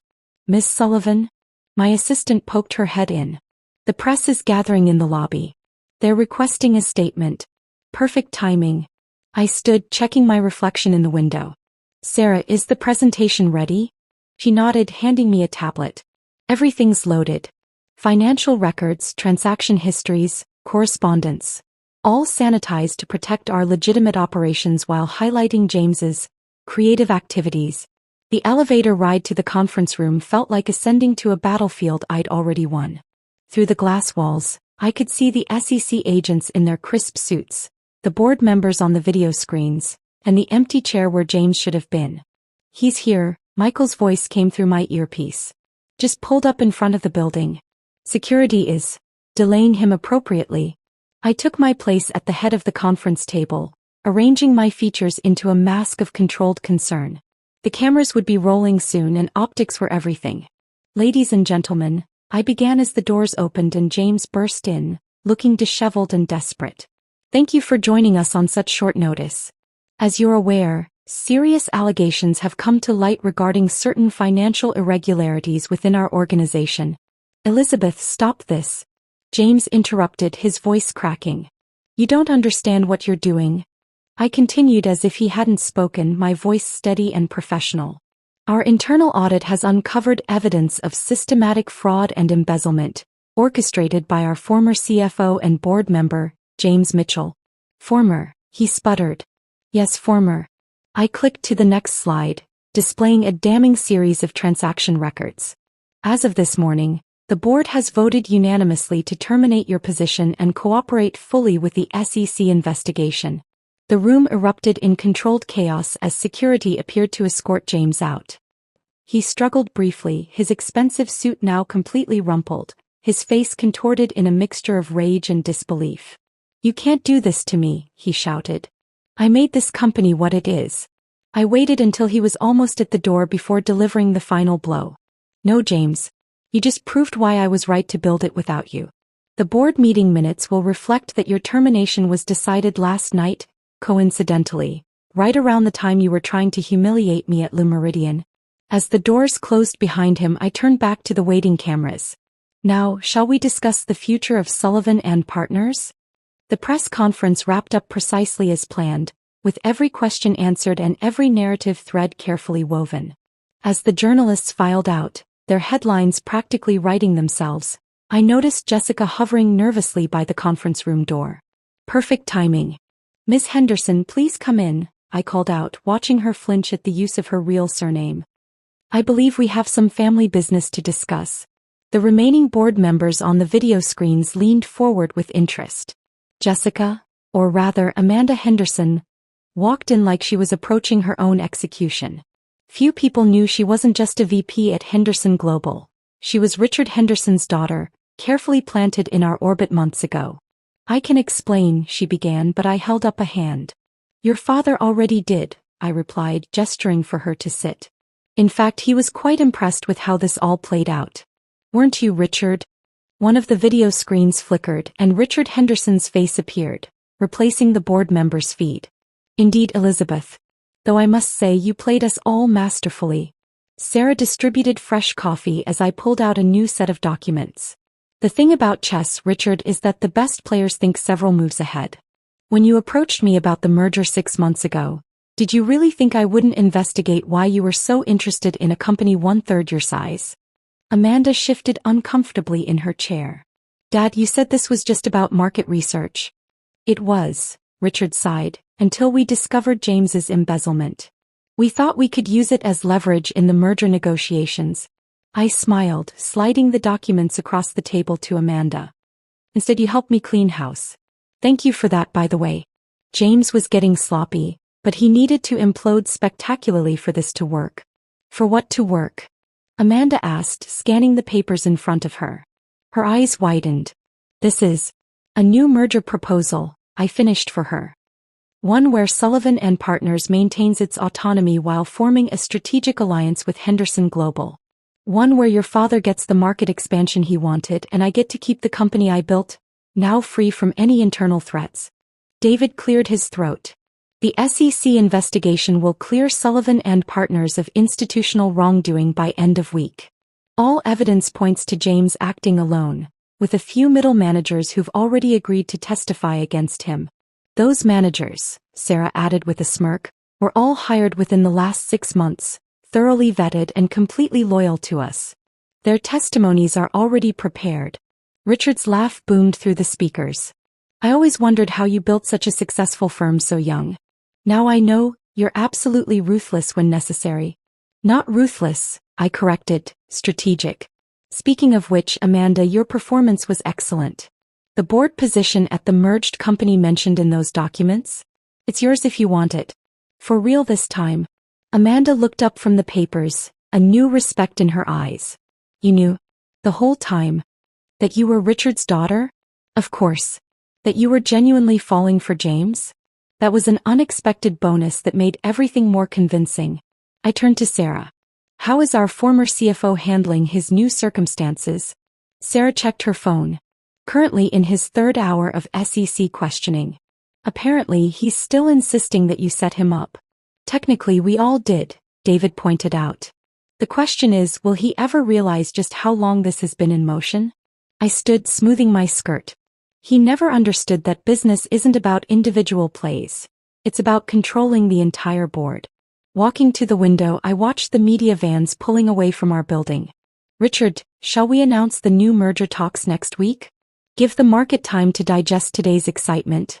Always thinking ahead, Richard chuckled. Amanda, come home. We have details to discuss. As Amanda hurried out, clearly eager to escape the scene of her previous deceptions, Sarah approached with a fresh cup of coffee. You know, when you hired me 2 years ago, I never imagined I'd be part of something like this. When I started this company 5 years ago, I never imagined I'd have to be, I replied, taking the coffee. But that's the thing about success. It shows you exactly who people are. James showed me he was a threat. You showed me you were an ally. David joined us at the window, his reflection showing a satisfied smile. And now? Now, I said, raising my coffee cup in a mock toast, we show everyone else exactly who we are. A company that can't be played, manipulated, or taken over. Because we're always 3 moves ahead. The city sprawled before us, a chessboard of endless possibilities. And for the first time since discovering James's betrayal, I felt truly, completely in control. The players were all in position, the moves were made, and the game was mine. The rest of the afternoon passed in a blur of conference calls and strategy meetings. It wasn't until my phone buzzed with an unexpected alert that the real endgame began to unfold. He's trying to access the private servers, Kevin's message read. Using his old backdoor credentials. I smiled, setting down my coffee. Let him in. Sarah looked up from her tablet. Are you sure? We could just lock him out completely. No, I replied, moving to my computer. Let him think he's found a way to salvage something. It's time he learned what real helplessness feels like. We watched in real time as James navigated through what he thought was our secure server. What he didn't know was that he was in a carefully constructed honeypot. A fake system designed to look exactly like our actual network. Every file he accessed, every document he tried to download, was being logged and transmitted directly to the SEC. He's going for the offshore account records, Kevin reported. Of course he is, David chuckled. Should I call Agent Reynolds now? I held up a hand. Wait for it. He needs to try the transfer first. Minutes ticked by as we watched James attempt to access the hidden accounts he'd set up, accounts we'd known about for months but had left untouched as bait. On my screen, I could see him trying desperately to move funds, his multiple failed attempts growing more frantic. Miss Sullivan, my assistant's voice came through the intercom. Mr. Mitchell is in the lobby. He's quite insistent about seeing you. Perfect timing. Send him up. And Maria? Make sure security is ready. Sarah raised an eyebrow. You're actually going to see him? Oh yes, I replied, straightening my desk. Every great performance deserves a proper finale. The elevator dinged and James burst through my office doors, his earlier polish completely shattered. His tie was loose, hair disheveled, and the wild look in his eyes suggested he'd been drinking. What did you do? He demanded, stumbling slightly. The accounts, all of them, they're empty. I leaned back in my chair, projecting calm. Are they? How interesting that you'd know about accounts that officially don't exist. Don't play games with me, Elizabeth. Those were my insurance policies. No, James, I corrected, standing slowly. They were evidence. Every transfer, every hidden account, every attempt to steal from this company. It's all documented. And as of, I checked my watch, 3 minutes ago, it's all in the hands of the S. His face went through a rapid succession of emotions. Rage, fear, disbelief. You can't prove anything. I covered my tracks. Did you? I pressed a button on my desk and the wall of screens behind me lit up. Each one showed a different piece of evidence. Bank transfers, falsified reports, secret meetings with competitors. Your definition of covered needs work. This is all fake, he sputtered. You set me up. Actually, David said, emerging from my private conference room with Agent Reynolds. You set yourself up. We just made sure to document everything. James spun around, nearly losing his balance. You don't understand, he pleaded with the SEC agent. She's the one manipulating everything. She trapped me. By making you embezzle funds? Agent Reynolds asked dryly. By forcing you to create fake accounts? By compelling you to attempt unauthorized access to corporate servers just now? The color drained from James's face as realization dawned. You were watching, all this time? We were, I confirmed, walking around my desk. Every desperate move you just made trying to hide your crimes? Logged, tracked, and transmitted. Your insurance policies just became the final nails in your coffin. Security appeared in the doorway as James lunged for my desk. You vindictive bitch. You planned this all along. No, James, I said as the guards restrained him. You planned this the moment you decided to betray everything we built. I just decided to make sure you lost everything in return. Agent Reynolds stepped forward, pulling out her handcuffs. James Mitchell, you're under arrest for securities fraud, embezzlement, and attempted unauthorized access of corporate systems. As they led him away, his threats and protests echoing down the hallway. Sarah handed me a glass of champagne. Was it worth it? All these months of planning? I walked to the window watching as they loaded James into an FBI vehicle below. He tried to humiliate me in front of everyone who mattered. Tried to make me look weak, foolish, easily discarded. Instead, he proved exactly why I'm the one who belongs in this office. The car pulled away, and with it, the last traces of my failed marriage and James's attempted corporate coup. The tables hadn't just turned. They'd been flipped entirely, scattering all his carefully laid plans into chaos. Now, I said, turning back to my team, let's discuss how we're going to double our market share by the end of the quarter. The adrenaline of victory lasted exactly 3 days. It wasn't until I walked into my empty penthouse apartment Friday evening that the full weight of everything settled onto my shoulders. The silence was deafening, broken only by the distant sound of city traffic 50 floors below. My phone had been buzzing constantly with messages. Some congratulatory, others concerned, and a few from people scrambling to distance themselves from James. But it was the text from his mother that finally made me pause. How could you do this to him? To our family? I poured myself a generous glass of scotch, remembering all the holiday dinners at their house, the way his father had treated me like the daughter they never had. They were innocent casualties in this war, and their pain was the first crack in my armor of righteousness. Miss Sullivan? Maria's voice came through on my private line. I'm sorry to disturb you at home, but Mr. Mitchell's assistant, Jenny, is asking about her position. She's worried about being implicated. Jenny, fresh out of college, hired by James 6 months ago. Another innocent caught in the crossfire. Tell her to come see me Monday morning. Her job is safe. After hanging up, I walked to the floor-to-ceiling windows. The city sparkled below, uncaring about the lives being reshaped in its glass towers. My reflection stared back at me, and for a moment I hardly recognized myself. My phone buzzed again. Sarah this time. You need to see this. James's daughter from his first marriage is on social media. It's not good, Claire. I'd forgotten about Claire. She was in her senior year at Yale, proudly posting about her father's business acumen just last month. Now her world had imploded too, her family name tainted, her father's disgrace splashed across every financial news outlet. I opened the post Sarah mentioned. Claire's words were raw, angry, devastating. How does it feel, Elizabeth, destroying not just my father but our entire family? Hope your revenge was worth it. The scotch burned going down, but not enough to wash away the taste of Pyrrhic victory. In the corner of my home office, a photo caught my eye. James and I at a charity gala last year, both smiling, both lying. I walked over and turned it face down. The partners at Anderson and Reed are pulling their investments. David's message flashed on my screen. They're worried about association with the scandal. Of course they were. The same people who'd laughed at James's jokes last week were now running for cover, taking their money with them. The company would survive. I'd made sure of that. But the ripples of destruction were spreading wider than I'd anticipated. My private elevator pinged and Sarah stepped out. I hadn't even heard her call up. I thought you might need this, she said, holding up a bottle of wine and 2 glasses. The social media storm is getting worse. How bad? Well, besides Claire's posts going viral, 3 major clients have publicly announced they're reviewing their relationship with us. The board is nervous about market perception. I laughed, but there was no humor in it. The board. The same board that unanimously supported destroying James? People have short memories when their money's at risk, Sarah said, pouring the wine. And James, he might have been a bastard, but he was a charming bastard. Made a lot of friends in the industry.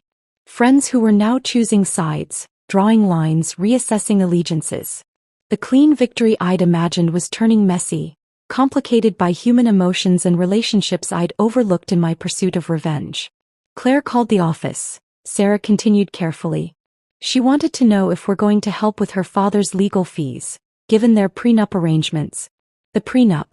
Another casualty, Claire's college fund had been tied to James's assets, which were now frozen. Her future, planned out since childhood, was collateral damage in my war against her father. Set up a trust, I said finally. Anonymously. Make sure she can finish school. Sarah raised an eyebrow. Having regrets? No, I replied, but my voice lacked its usual certainty. He deserved everything he got. I trailed off, watching a plane's lights blink across the night sky. I didn't factor in everyone else who would get hit by the debris. That's the thing about corporate explosions, Sarah mused. The shrapnel doesn't care who it hits. I picked up my phone, looking at Claire's angry words again. Victory had tasted sweet in the moment, but now it left a bitter aftertaste. I'd won the battle exactly as planned, but the war's casualties were still being counted. Monday morning arrived with the crisp certainty of a new dawn. The weekend's doubts hadn't disappeared, but they'd crystallized into something else: determination. As I stepped into my office, the first rays of sunrise painted the Manhattan skyline in shades of possibility. "The SEC's final report is in," David announced, following me in with a thick folder. "They're officially clearing the company of any institutional wrongdoing. James's plea deal negotiations started this morning." Sarah joined us, tablet in hand. "Henderson Global stock is up 12% on news of our strategic partnership. And Claire." She paused, checking her phone. "Claire posted a thank you note about the mysterious scholarship foundation that's taking over her tuition." I smiled, remembering the anonymous trust I'd set up. Some victories didn't need to be claimed publicly.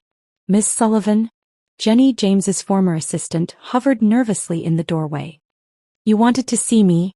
"Yes, come in." I gestured to a chair. "How would you feel about heading our new intern development program? Full benefits, significant pay raise, and a chance to mentor others the way you deserve to be mentored." Her eyes widened. "But, after everything with Mr. Mitchell, you were another pawn in his game," I said gently. "It's time for you to become a player in your own right." As Jenny left, visibly relieved, Maria buzzed through. "Richard Henderson is here for the official partnership signing. And, you have another visitor." I knew who it was before she said it. "Send them both in." Richard entered first, looking exactly like the titan of industry he was. Behind him came James's mother, Patricia, her face a mask of controlled emotion. "Elizabeth," she started, but I held up a hand. "Before you say anything, please read this." I handed her a document, the full forensic accounting of James's crimes, along with proof that he'd been embezzling from his own family's trust fund. He wasn't just betraying me or the company. The money he stole, some of it was meant for Claire's education. "For your retirement." Patricia's hands trembled as she read. Richard, ever the strategist, used the moment to spread out the partnership agreements on my desk. "Ready to make history?" he asked, offering me a pen. I took it but didn't sign immediately. "Patricia, I want you to understand something. What I did to James, it wasn't just about revenge. It was about justice. For everyone he hurt, including his family." She looked up, tears in her eyes. "All these years, we thought he was just good with money." "He was good at taking it," I corrected gently. "But now, with this partnership, we can make things right." I turned to the final page of the agreement, where a specific clause was highlighted. "This ensures that the Mitchell family trust will be restored, with additional provisions for Claire's education and your retirement." "Why?" Patricia whispered. "After how we treated you this week." "Because true victory isn't about destroying everything in your path," I said, finally signing the partnership agreement. "It's about rebuilding something better from the ashes." Richard countersigned with a flourish. "Well said. Shall we make the announcement?" The next hour was a blur of press cameras and handshakes. As we stood for photos, James's face appeared on the office TV screens, being led into court for his plea hearing. The contrast couldn't have been more perfect. Him in handcuffs, me signing a multi-billion-dollar partnership deal. After the media cleared out, I found myself alone in my office with Sarah and David, the same team that had stood by me through it all. "So," Sarah said, pouring champagne, "was it worth it?" I walked to the window, remembering that night at Le Méridien when James had tried to humiliate me. He thought he could break me with a public display of disrespect. Instead, he gave me the perfect stage to show everyone exactly who I am. "And who is that?" David asked, handing me a glass. "Someone who turns humiliation into triumph. Who takes betrayal and transforms it into empire." I raised my glass. "He tried to make me look weak in front of everyone who mattered. Now they'll never forget how strong I really am." The champagne tasted like validation, like vindication, like victory, but not the bitter kind I'd tasted days ago. This was sweeter, tempered by wisdom and strengthened by mercy. "To the last laugh," Sarah toasted. "No," I corrected, watching the sun glint off nearby skyscrapers. "To the next chapter. Because that's the thing about true victory. It's not just about winning the battle. It's about choosing what kind of winner you become. The view from the CEO's office at Henderson Sullivan Global was even more impressive than my old one. 55 stories up, watching snow drift past the floor-to-ceiling windows, I could see the entire city that had witnessed my transformation. The annual reports are in, Sarah announced, entering with her trademark precision timing. Our merger has outperformed projections by 40%. The board is ecstatic. I smiled, remembering a very different board meeting a year ago. And our special projects? The Mitchell Family Educational Foundation has funded scholarships for 50 students this year. Sarah pulled up the details on her tablet. Claire is graduating summa cum laude next month. She asked if you'll attend. That was unexpected. After everything, Claire and I had maintained a careful distance, communicating only through intermediaries and lawyers. Her invitation felt like the closing of a circle. Miss Sullivan? Maria's voice came through the intercom. There's a letter from the Federal Correctional Facility. Of course there was. James had a talent for timing too. Send it in. The envelope was thin, prison issue manila. Inside was a single page, the handwriting familiar yet changed. Less confident, more cramped. You won, it began simply. I've had a year to think about that night at Le Méridien, about everything that came after. I thought I was showing everyone how little power you had. Instead I showed them, and myself, how wrong I was about you. Sarah watched me read, her expression careful. Are you going to respond? No need. I placed the letter in my desk drawer, next to the old photo from the charity gala. Some chapters are better left closed. My phone buzzed. Richard Henderson, probably calling about next week's board meeting. But it was Amanda instead. Turn on CNBC, she said without preamble. They're doing a piece on women reshaping Wall Street. You're the lead story. The TV flickered to life, showing footage from that fateful night at Le Méridien, followed by shots of James's arrest and the merger announcement. The headline read, From Humiliation to Empire, the Elizabeth Sullivan story. Looking back, my recorded self said on screen, success isn't just about winning. It's about transforming adversity into opportunity, betrayal into strength. David entered as the segment ended. Speaking of transformation, Jenny's intern program is being featured in Business Weekly. Apparently, we're revolutionizing corporate mentorship. I thought of Jenny, now confidently running her own department, and all the other lives that had been reshaped in the aftermath of my revenge. Some changes were planned, others unexpected, but all of them had contributed to something larger than mere retribution. Your next appointment is here, Maria announced. The potential new CFO? Send her in. I turned to Sarah and David. Would you both stay? Some decisions are better made as a team. As we conducted the interview, I couldn't help but notice how different it felt from when I'd hired James all those years ago. I was different, stronger, wiser, more attuned to the subtle tells that revealed character. Later that evening, as the office emptied and the city lights began to twinkle on, I found myself back at the window. My reflection had changed too. Not just the external trappings of success, but something deeper in the eyes, in the set of the shoulders. Car's ready, Michael announced, still my driver after all this time. Dinner reservation at Le Méridien? I smiled at the irony. Not tonight. Some restaurants are better left as memories. Instead, I gathered my things and prepared to head home to my new apartment. A penthouse with a view of both the sunrise and sunset. On my desk, James's letter peeked out from the drawer. A reminder of how far I'd come. You know, Sarah said, collecting her own belongings, a year ago you said it was about getting the last laugh. Was it worth it? I thought about Claire's graduation invitation, about Jenny's successful program, about the scholarship foundation changing lives. About James's letter and all the ways revenge had transformed not just him but me.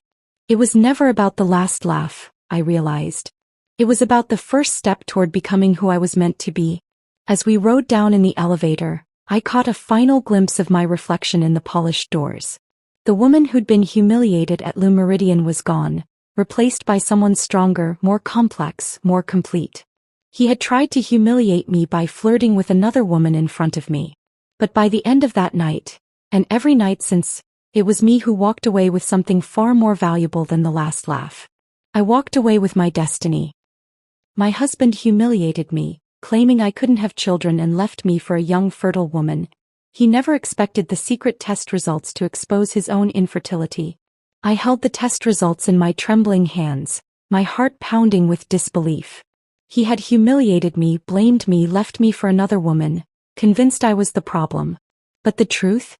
The truth was something he never saw coming. Parker thought he had everything figured out. In his mind, I was the one who had failed, the one who had turned our marriage into a disappointment. And so, without hesitation, he walked away, leaving me with nothing but accusations and a broken heart. But fate has a way of setting things right. What he didn't know was that before he discarded me like I was nothing, I had already uncovered the truth. A truth that would shatter his world just as he had shattered mine. But before everything unraveled, before the humiliation and the betrayal, there was a time when I believed Parker and I were meant to last forever. I still remember the first time I met him, the way his presence had filled the room, confident and effortless. He had a charm that made people want to be around him, a kind of magnetic pull that made it impossible to ignore him. And I had fallen for him, hard. Before we go, I want to thank you for being part of this journey. Stella's story is a reminder that true strength comes from rising above and finding happiness. If you enjoy stories of empowerment and resilience, consider subscribing. It's free and helps us grow this amazing community. Our love story had started like something out of a fairy tale. The wedding had been beautiful, filled with laughter and promises whispered under soft golden lights. I had been so sure that Parker was the man I would grow old with, the one I would build a family with. For the first 3 months, it truly felt like that was our destiny. We were inseparable, lost in the newness of marriage, wrapped up in each other's worlds. We spent weekends curled up on the couch talking about everything and nothing. He would hold my hand during long drives, stealing glances at me as if I was the most precious thing in his life. I had been happy. We had been happy. And then slowly things began to change. First it was subtle. Parker started coming home later than usual, brushing it off as extra work. His texts became shorter, responses delayed. I convinced myself that it was normal, that the honeymoon phase didn't last forever, that this was simply the natural progression of marriage. But then the silence became louder. One evening we sat at the dining table eating dinner in an unsettling quiet. I glanced up at him, searching for the warmth that used to be there, but he seemed distant, lost in his own thoughts. "Is everything okay?" I asked softly, my fingers tightening around my fork. He looked up briefly, then shook his head. "Yeah, just tired." That was the first lie. I ignored it, brushing it off as exhaustion from work. But then his touches became less frequent. The playful teasing, the effortless laughter, the long conversations, everything that had once defined us began to fade away. It wasn't just in the way he looked at me, it was in the way he no longer did. And then his mother started visiting more frequently. She had never been particularly warm toward me, but now her passive-aggressive remarks became sharper, more pointed. "Some women just aren't meant to be mothers, Stella. It's unfortunate, really. You know, back in my day, women who couldn't conceive at least had the decency to consider other options. A family isn't complete without children. Parker deserves to experience that." Her words cut deeper than I let on. At first, I tried to ignore them, convinced that she was simply being cruel for the sake of it. But when Parker started echoing her sentiments, when his silences turned into cold avoidance, I began to wonder if they were right.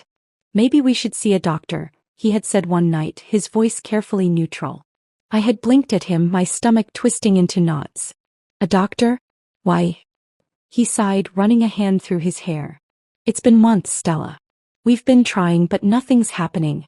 Don't you think it's time to find out why?" Something about the way he said it made my chest tighten. I could hear the edge in his voice, the underlying frustration. It wasn't a suggestion. It was an accusation. And just like that, the doubt began to creep in. Was I the reason we weren't able to conceive? Had I failed him, failed our marriage? The uncertainty consumed me. Every time his mother came over, her glances filled with disapproval, I felt smaller. Every time Parker avoided my touch, I felt more distant from the man I had once believed loved me unconditionally. My days became heavier, filled with second-guessing. I started researching every possible reason why we weren't able to conceive, reading article after article, trying to find an answer that made sense. I looked at myself differently in the mirror, wondering if there was something broken inside me that I just couldn't see. And then the late nights became more frequent.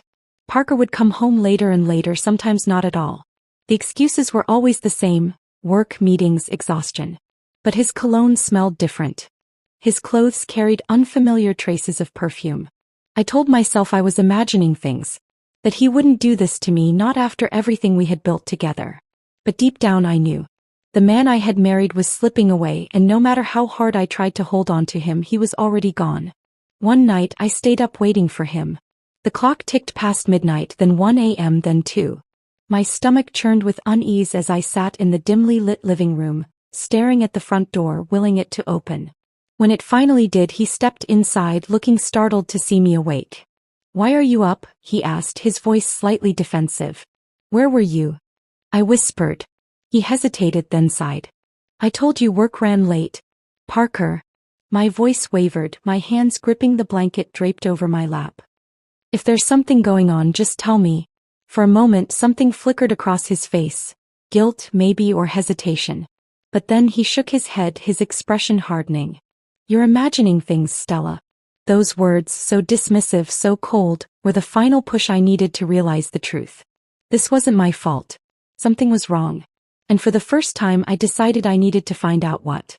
I wasn't going to let them make me feel small anymore. Parker and his mother had spent months making me believe I was the problem. But I was done accepting their version of the truth. So, without telling him, without telling anyone, I made an appointment. I needed answers. And soon I would have them. Little did Parker know, the moment he accused me of failing him was the same moment he had set his own downfall into motion. Because the truth was about to change everything.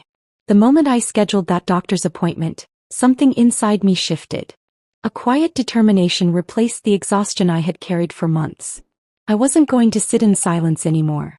I wasn't going to let Parker's cold stares and his mother's cruel remarks define me. I needed answers, not just for him but for myself. The day of the appointment arrived, and as I sat in the sterile waiting room, my fingers twisted anxiously in my lap. My mind raced with possibilities. What if there really was something wrong with me? What if Parker had been right all along? The thought made my stomach churn, but I forced myself to breathe. Whatever the results were, at least I would finally know the truth. When the doctor finally returned, holding a sheet of paper with my results, my hands clenched against my thighs. "You're perfectly healthy, Mrs. Harris.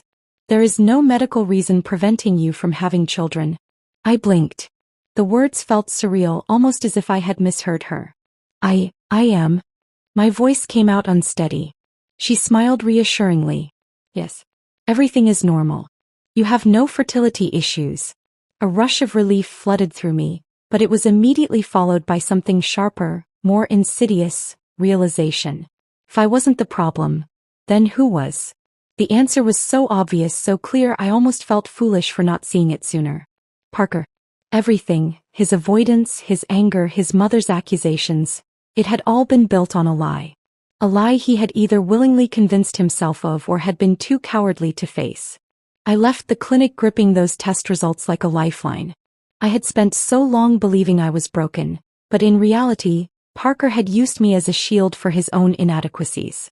The humiliation I had endured, the whispered insults from his mother, the way he had grown distant. All of it had been based on his unspoken fear. For a brief moment I considered confronting him right away. I imagined storming into our house, slamming the papers on the table, demanding an explanation.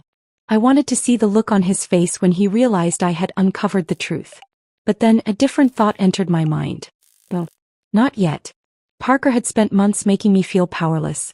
If I revealed what I knew now, he would have time to come up with excuses, to twist the truth in a way that made him the victim. He had already proven he was capable of manipulation. I wasn't about to give him that chance again. So I folded the papers neatly and tucked them away in my bag. I would wait. Let him believe his version of reality a little longer. Let him feel comfortable in his deception. Because when the truth finally came out, it wouldn't just be in a quiet confrontation behind closed doors. I would make sure he never forgot it. The change in me must have been obvious because Parker noticed almost immediately. "You seem different," he remarked one evening, his brows furrowed as he watched me across the dinner table. I merely shrugged, offering a small smile. "Just focusing on myself more." He studied me for a moment, suspicion flickering in his eyes. "Good. Let him wonder. Let him feel the same uncertainty I had felt for months. But Parker wasn't the only one who noticed my shift. His mother did too. She came over unannounced one afternoon as she often did, her lips curling in disapproval the moment she stepped into the living room. "You're awfully quiet these days, Stella," she mused, settling into the chair opposite me. "Usually women in your situation are more concerned." I didn't flinch. Didn't let her words get under my skin like they once did. Instead, I met her gaze, calm and unwavering. "Concerned about what?" I asked, tilting my head. She scoffed. "Oh, come now. You know exactly what I mean. A woman should know her place in a marriage, especially when she can't provide what's expected of her." It was almost amusing how confident she was in her ignorance. I could have told her then. Could have watched the superiority drain from her face in real time. But I bit my tongue and smiled instead. "Don't worry," I said softly. "Everything will be clear soon enough." She didn't understand my meaning, but she narrowed her eyes in suspicion before leaving, clearly unsettled by my unshaken demeanor. The truth was, my patience was wearing thin. Parker's cold behavior, his mother's constant needling. It was becoming unbearable knowing what I knew. But I forced myself to wait, to let them dig themselves deeper into their own deception. Until the night everything broke apart. It started with an unexpected phone call. Parker had been distant lately, more than usual. He had started staying in another city for work, disappearing for days at a time. At first, I had assumed it was just another excuse to avoid being around me. But something about this absence felt different. That evening my phone rang, the sound slicing through the quiet of the house. Parker's name flashed across the screen. I hesitated for only a moment before answering. "Hello." There was silence on the other end, then a heavy sigh. "We need to talk." Something in his tone made my stomach twist, but I kept my voice steady. "About what?" He exhaled again as if preparing himself. Then, in a voice so detached, so final, he said, "I'm divorcing you. You can't give me children. I deserve better." For a moment I didn't move. Didn't breathe. Then slowly I leaned back against the couch, gripping my phone tightly. I should have felt broken. I should have crumbled under the weight of his words. But instead, a bitter smile curled at the corner of my lips. He really thought he had won. "Is that so?" I murmured, keeping my voice calm, unreadable. "I'm sorry, Stella. I can't do this anymore." "Liar." "I understand," I said smoothly, my fingers brushing over my bag. The very bag that held the test results he had no idea existed. "I knew you would," he replied, his tone relieved. As if he had expected me to sob, to beg. He had no idea what was coming. "You'll be hearing from my lawyer soon," he added. I smiled. "Oh, Parker, you'll be hearing from me first." I ended the call before he could say anything else, staring at the screen with quiet satisfaction. He had chosen this. He had written the final chapter of our marriage. But he had no idea that the real story was just beginning. And soon, very soon, I was going to make sure he regretted every single thing he had ever done to me. I sat in the dimly lit living room, the test results clutched tightly in my hands, my heart pounding with the weight of the truth. Parker thought he had discarded me like an inconvenience, dismissed me as defective, and walked away without a second thought. But he had no idea that the very thing he used to destroy me would be the blade that cut him down. My mind replayed his words over and over again. "I'm divorcing you. You can't give me children. I deserve better." That single sentence had shattered something inside me, but as I held those test results, something new took its place. Clarity. He had built his escape on a lie, and I now held the proof that turned his entire narrative to dust. I could have called him that night. I could have screamed at him, thrown the truth in his face, demanded to know why he had blamed me for something that was never my fault. But that wasn't enough. Parker didn't deserve an easy confrontation. He deserved something far worse. Instead, I let the anger settle, smoothing over my emotions until they were sharp and precise. This was no longer about heartbreak. This was about justice. The next morning, I made an appointment with a lawyer. If Parker wanted a divorce, he would get one. But not on his terms. I sat across from the attorney, hands folded neatly in my lap, my expression unreadable. "Are you prepared for this?" she asked, glancing over the paperwork. "More than you know," I responded, sliding the test results toward her.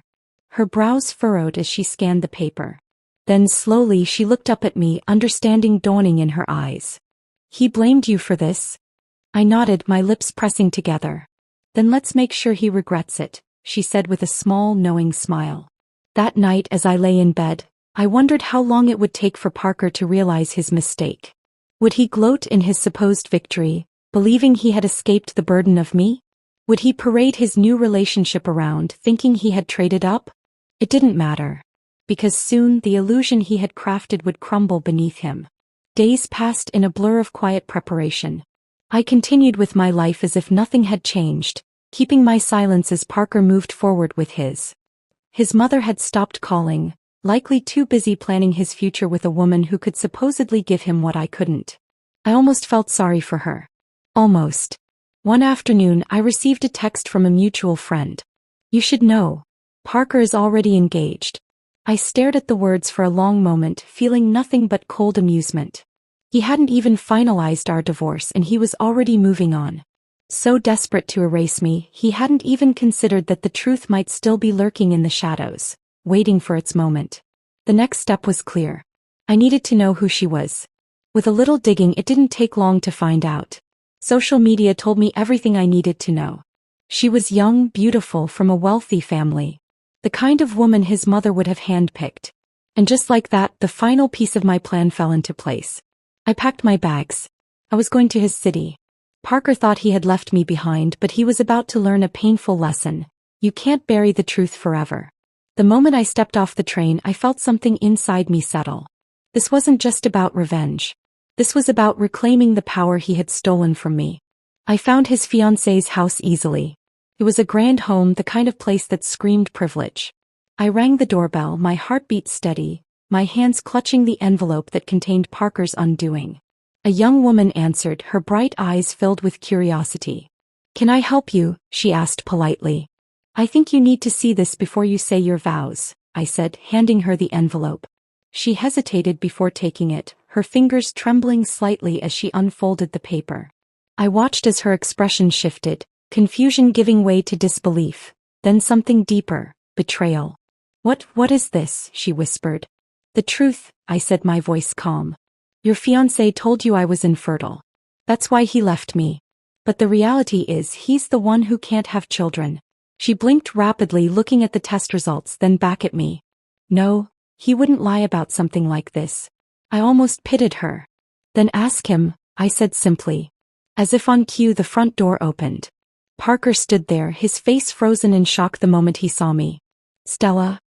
His voice wavered, uncertainty flickering in his eyes. His fiancée turned to him, her expression raw with hurt.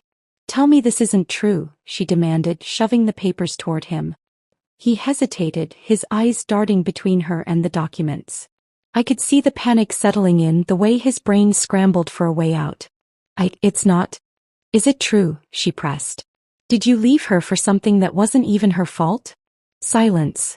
A silence so thick, so damning that it told her everything she needed to know. Her hands dropped to her sides, the test results fluttering to the ground. Parker turned to me, desperation creeping into his expression. You set me up, he hissed, his voice low. I tilted my head, amusement flickering across my face. I didn't set you up, Parker. You did this to yourself. His fiancée let out a sharp breath, shaking her head. I can't believe this. You lied to me. You made me believe she was the problem, that you were the victim. Parker reached for her, but she stepped back, disgust flashing across her features. Don't touch me. The door behind her opened wider and suddenly her parents were there. Older, wiser, and furious. What's going on? Her father demanded. She turned to them, holding up the papers. He lied. He can't give me children. And he blamed his ex-wife for it. Her father's face darkened and her mother let out a soft gasp, her hands clutching at her chest.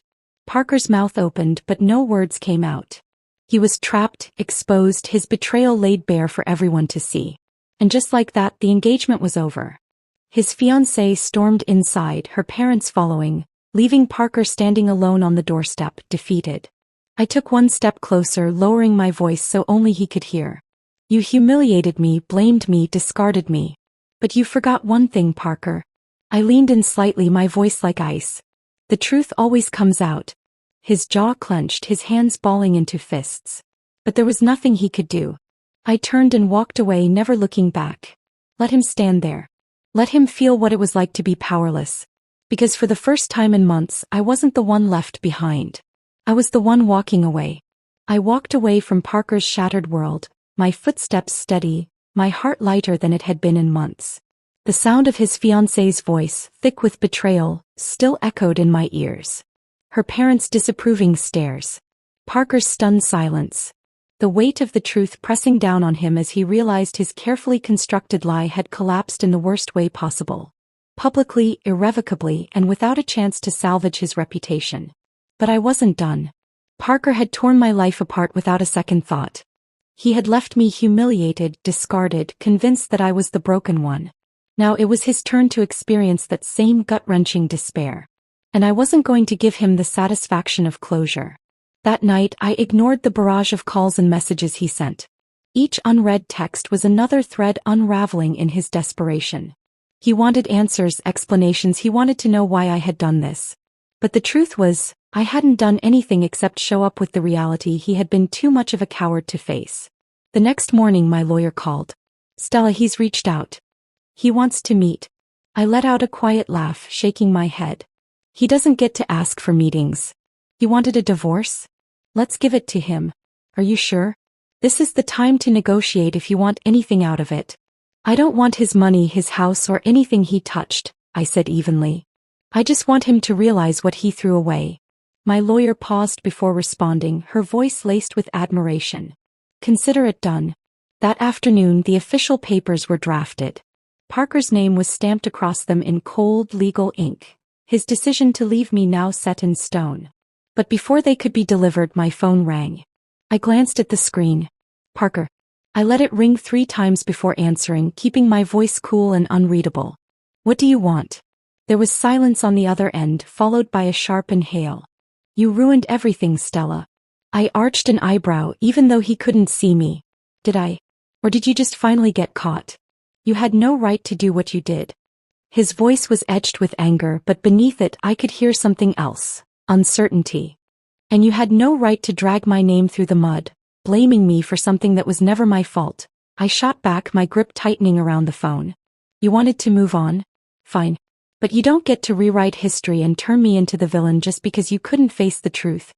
He exhaled harshly, the weight of his loss settling in. "You don't understand, Stella. I had no choice." "You always had a choice, Parker," I cut in, my tone sharp. "You could have been honest. You could have treated me with the respect I deserved. But instead you chose cowardice. And now you're the one left with nothing." The silence that followed stretched between us, thick and heavy. For the first time in our entire relationship, Parker was the one at a loss for words. "So what now?" he asked finally, his voice quieter, almost hesitant. "Now?" I let out a humorless chuckle. "Now you sign the divorce papers and watch as I walk away. For good." "You don't have to do this," he murmured, his voice laced with something dangerously close to regret. I closed my eyes briefly, forcing back the flood of emotions his words triggered. There had been a time when I would have given anything to hear that from him. A time when his remorse would have mattered. But that time had passed. "I do, Parker," I said, my voice unwavering. "And I will." I ended the call before he could say anything else. The divorce papers were delivered the next day. I expected resistance, maybe another phone call, a desperate attempt to delay the inevitable. But Parker did nothing. He signed them without a fight. Maybe it was guilt. Maybe it was resignation. Or maybe for the first time in his life he realized that there was no undoing what he had done. A week later I was officially free. I stood outside the courthouse, staring at the final documents in my hands. It was over. The man who had once promised me forever was now nothing more than a chapter in my past. A painful lesson that had ultimately led to my liberation. But just as I turned to leave, my phone vibrated. A message. From Parker. "I don't know who I am without you." I stared at the words for a long moment. Not out of sadness, not out of longing, but out of sheer disbelief at his audacity. This was a man who had walked away from me, convinced that I was the problem. He had publicly humiliated me, abandoned me without hesitation, and replaced me before our marriage was even over. And now he was the one who felt lost. I took a deep breath, the final piece of my anger fading into something quieter. Acceptance. Without overthinking it, I typed my response. "That's not my problem anymore." And with that I blocked his number. There was nothing left to say. In the days that followed I allowed myself to breathe again. The weight that had once suffocated me was gone, replaced by a sense of clarity I hadn't felt in years. I began rebuilding, piece by piece, day by day. I threw away everything that reminded me of Parker, erasing him from my space, my thoughts, my life. And then, for the first time in months, I looked in the mirror and saw someone new staring back at me. Not a woman who had been abandoned. Not someone who had been deemed unworthy. But a woman who had survived. Who had won. Meanwhile, Parker's life began to unravel. His engagement was beyond repair. His mother, who had once praised him as the perfect son, now barely spoke to him. The whispers about his deception spread quickly. People weren't kind to men who destroyed their wives for their own insecurities. His career took a hit. His social circle diminished. And slowly but surely, the life he had built on lies collapsed around him. Me. I was moving forward. Parker had been my past, but my future belonged to me. And this time I wasn't looking back. I had thought blocking Parker's number would be the final chapter of this story, that once I had walked away, I would never have to hear from him again. But karma has a way of ensuring justice is served in full. 2 weeks after our divorce was finalized, I received a message from an unknown number. Stella, you need to know something. Parker is trying to fix his engagement. He's meeting her family this weekend to convince them to take him back. He's lying again. I read the message twice, my fingers tightening around my phone. I didn't recognize the sender, but I didn't need to. The truth was clear. Parker was still trying to manipulate his way out of the mess he had created. For a brief moment I considered ignoring it. I had already won. Parker had been exposed, humiliated, and left to deal with the wreckage of his choices. I had nothing to gain by interfering. But then I thought about the woman he was trying to deceive. His former fiancée, the one who had been just as much a victim of his lies as I had. She had believed in him, trusted him, only to find out that the foundation of their relationship was built on deception. And now he was trying to lure her back. I couldn't let that happen. Parker had already ruined one life. I wasn't going to let him ruin another. That weekend I took a train back to his city, my bag packed with the only thing I needed: proof. The house was grand, a towering estate that reeked of wealth and privilege. I stood on the sidewalk across the street, watching as guests arrived in elegant cars, each one stepping inside, oblivious to the storm that was about to unfold. I waited until Parker arrived. He stepped out of his car, dressed in an expensive suit, his expression composed, confident. He looked like a man who still believed he could control the outcome of his life. A man who thought he could erase the past with a few well-placed apologies. He had no idea I was watching. No idea that his past was about to walk through those doors and unravel everything. Taking a deep breath, I crossed the street and approached the entrance. A doorman stopped me at the steps. "This is a private event, miss." I smiled politely, holding up an envelope. "I know. That's why I need to be here." Before he could respond, a familiar voice called from inside. "Who is that?" His former fiancée appeared at the doorway, her face tight with confusion. When her gaze landed on me, she froze. "Stella?"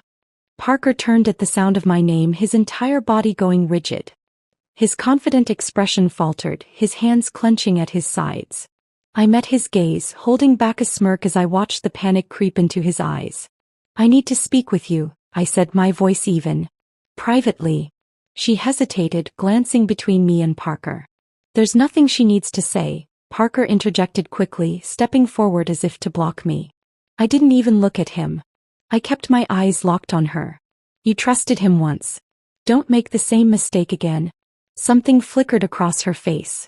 She turned to the doorman, giving a small nod. "Let her in." Parker stiffened. "This is ridiculous." "No, Parker," she cut him off sharply. "What's ridiculous is that you still think you can lie your way out of this." She led me inside, ignoring the curious glances from the guests, guiding me into a quieter room down the hall. The moment the door closed, she turned to me, arms crossed. "What do you have to say?" I didn't hesitate. I pulled out my phone, swiping to a set of documents.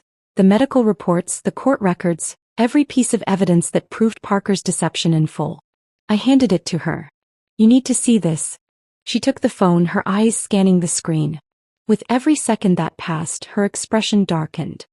"He said he was honest with me," she whispered, more to herself than to me. He said the same thing to me too, I replied. But the truth? He lied to both of us. And now he's trying to do it again. She exhaled sharply, closing her eyes for a moment as if trying to steady herself. Then without another word she turned and walked out of the room. I followed. Parker was standing in the main hall speaking to her parents. The moment he saw us approaching, his face paled. "What did she say to you?" he demanded, his voice tight. She didn't respond. Instead she walked straight to her father, handing him my phone. "Read this," she said, her voice hard. Her father took the phone, adjusting his glasses as he scrolled through the documents. I watched as his expression shifted from confusion to understanding, then to something much colder. He handed the phone back to her before turning to Parker. "Leave. Now." Parker's mouth fell open. "Sir, please." I said leave, her father repeated, his voice firm, unwavering. Her mother stepped beside him, disappointment evident in her features. "We gave you the benefit of the doubt once, Parker. That won't happen again." Parker turned to his former fiancée, desperation creeping into his voice. "You can't believe her over me." She met his gaze, her expression unreadable. "I don't believe her over you, Parker. I believe her because of you. Because every time I've caught you in a lie, you've done exactly this. Tried to deny it, tried to blame someone else. But the truth is right in front of me and I won't ignore it." Parker's lips parted but nothing came out. He looked around the room as if searching for an ally. But all he found were stares filled with quiet judgment. He had no more defenses. No more lies to hide behind. With no other option, he turned on his heel and stormed out, his footsteps echoing through the grand hall. And just like that, his engagement was over. As I stepped outside, a cool breeze brushed against my skin, carrying away the remnants of my past. For the first time in a long time I felt truly free. I had come here to expose Parker, but in the process I had done something even greater. I had ensured that no one else would suffer under his deception the way I had. And that was enough. As I walked down the street, my phone vibrated in my pocket. I glanced at the screen. A message. From Parker. "You ruined my life." I stared at the words, a slow smile spreading across my lips. Without hesitation I typed a response. "No, Parker. You did that all by yourself." And with that I deleted his message. Forever. I deleted Parker's message without hesitation, my fingers steady, my mind clear. There was nothing left to say. His life had unraveled, piece by piece, until there was nothing left but the bitter taste of his own choices. I had walked away victorious, leaving him to stand in the ruins of his deception. But fate wasn't done with him yet. Over the next few weeks, the whispers surrounding Parker only grew louder. His engagement was officially called off, his fiancée's family cutting all ties with him. They wanted nothing to do with a man who had built his relationships on lies. The news spread quickly, turning Parker into a cautionary tale among their social circles. The man who had tried to discard his past only to have it come back and destroy his future. And then the real consequences started. One morning as I sipped my coffee, my phone buzzed with another message. This time it wasn't from Parker. It was from an old acquaintance who had stayed in touch with people from his workplace. "You might want to hear this. Parker's job is in trouble." I raised an eyebrow, curiosity piqued. "What happened?" I typed back. A few seconds later another message came through. Apparently his boss heard about everything. His fiancée's father is a major investor in the company, and after what happened, they started questioning Parker's integrity. Word is he's on the chopping block. I stared at the screen, absorbing the weight of those words. Parker had always prided himself on his career. His job was the one thing he held above everything else. Even when our marriage had been falling apart, he had thrown himself into work, using it as an escape, as a way to convince himself he was still in control. But now that control was slipping. And there was nothing he could do to stop it. A week later the inevitable happened. Parker was fired. His company released a vague statement about restructuring, about making changes, but everyone knew the truth. His reputation had been permanently stained, and no business wanted to be associated with a man who had publicly been exposed as a liar. His mother, once his most ardent supporter, was furious. "How could you let this happen, Parker?" she reportedly snapped at him during one of their last conversations. "You ruined everything. Do you know how embarrassing this is for me?" Even she, the woman who had once stood by his side as he tore me down, had finally turned her back on him. Without a job, without a fiancé, without his mother's unwavering support, Parker found himself truly alone for the first time in his life. And it only got worse. One evening as I walked through the city, I spotted a familiar figure sitting alone at a small cafe. Parker. His usually well-groomed appearance was gone. He looked exhausted, unshaven, his clothes slightly wrinkled, a stark contrast to the man he had once been. I debated walking past him, ignoring his presence altogether. But something made me pause. Not pity, not forgiveness, but curiosity. He hadn't seen me yet, so I took a seat at a nearby bench, watching as he sat there, staring blankly at his phone. The arrogance, the confidence, the entitled belief that he could manipulate his way through life. It was all gone. I thought about the way he had once treated me, the way he had humiliated me, discarded me without a second thought. I thought about the moment he had told me I wasn't enough, that he deserved better. And now he had nothing. I could have confronted him. I could have walked up to his table and given him one final reminder of everything he had lost. But I didn't need to. He already knew. So I stood up, turned, and walked away. A few days later, Parker tried reaching out again. I had kept his number blocked, but an email found its way through. Stella, it began, his tone softer than I had ever heard before. I don't expect you to respond to this. I don't even know if you'll read it.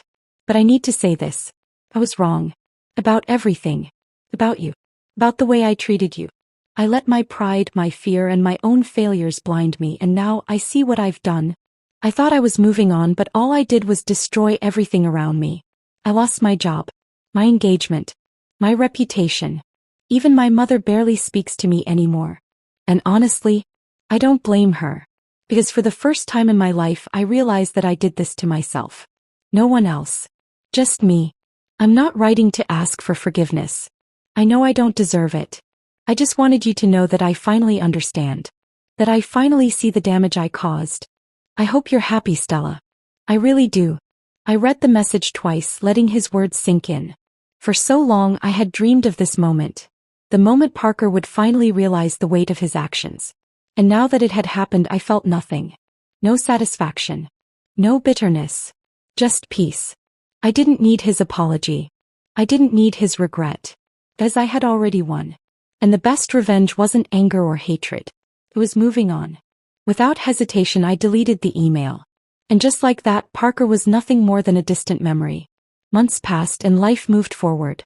I rebuilt myself from the ashes he had left me in, creating a life filled with happiness, purpose, and genuine love. And Parker remained exactly where he had put himself, lost in the wreckage of his own making. Parker's email had been the final thread connecting me to the past, and when I deleted it, I felt a quiet sense of finality settle over me. I wasn't angry. I wasn't even satisfied. I was just free. For the first time in what felt like forever, my life belonged solely to me. No more walking on eggshells, no more trying to prove my worth to someone who had never deserved me. My future was mine to shape, and I intended to fill it with everything Parker had tried to convince me I couldn't have: happiness, love, and a family of my own. But before I could step into that future, I had to rediscover myself. The weeks following Parker's downfall were quiet but healing. I spent my days reconnecting with old friends, people I had lost touch with during my marriage. I traveled to places I had always wanted to visit, indulging in the simple joys of life. And most importantly, I stopped blaming myself. For so long, I had internalized Parker's words, carrying the weight of his accusations as if they were truths.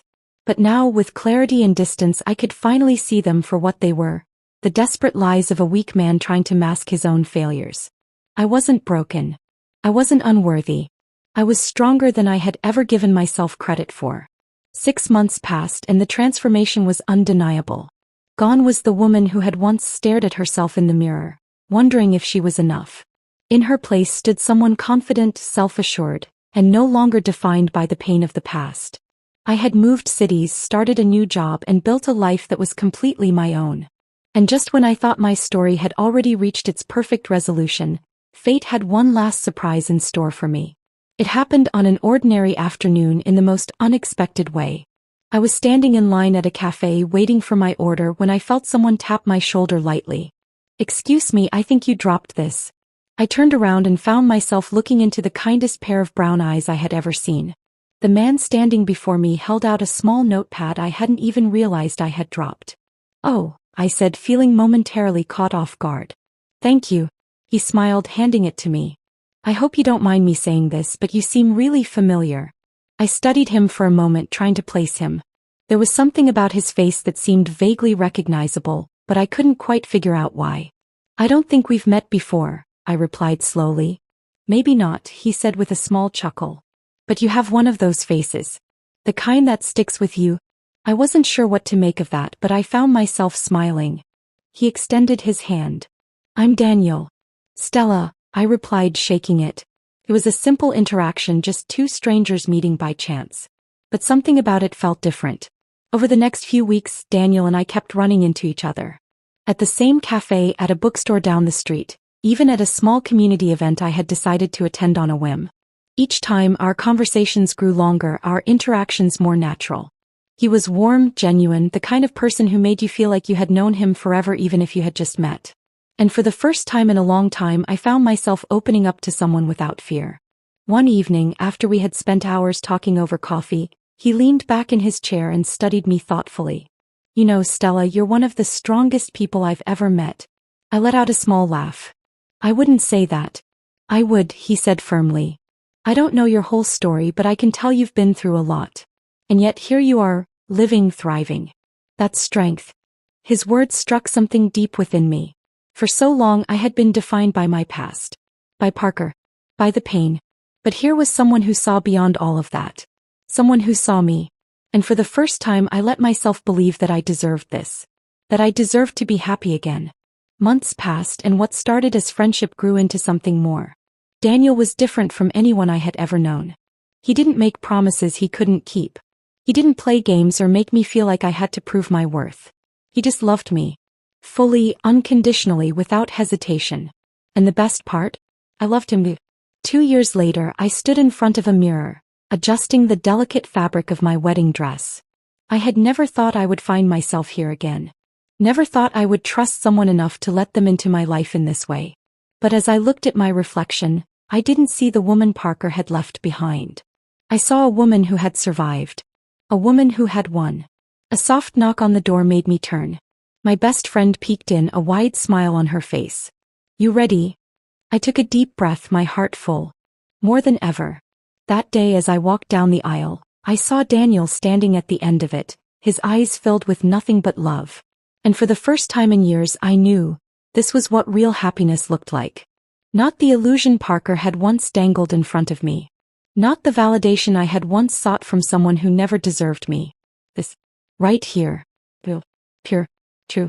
And as I took Daniel's hand, I silently thanked the universe for leading me here. For showing me that sometimes, the worst betrayals can lead to the most beautiful new beginnings. 2 years later, I sat on the porch of our home watching as my twin boys played in the garden, their laughter filling the air. Daniel stepped beside me, wrapping an arm around my shoulders, pressing a soft kiss to my temple. "They've got your smile," he murmured. I smiled, resting my head against his shoulder. "They've got your heart." And in that moment, with my children's laughter surrounding me, my husband's warmth beside me, and the weight of my past finally nothing more than a distant memory, I realized. I had everything I had ever wanted. And Parker? He was nothing more than a name I once knew.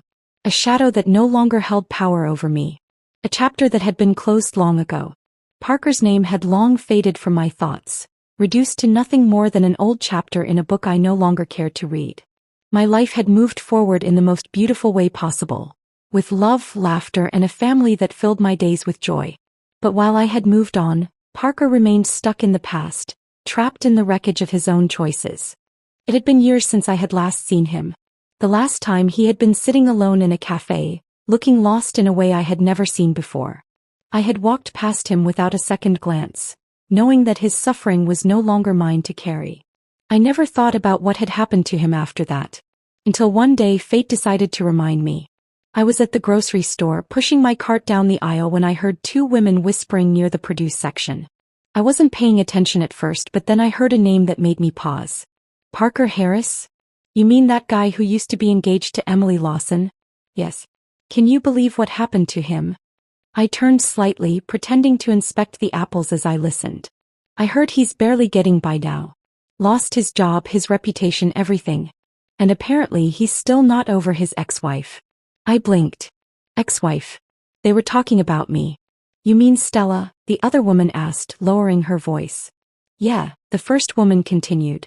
I heard he still asks people about her. Apparently he saw a picture of her with her husband and kids recently and completely lost it. I felt my breath catch. Parker had seen a glimpse of my new life and it had shaken him. For a brief moment I considered walking away, leaving this moment behind just as I had left Parker. But something held me there.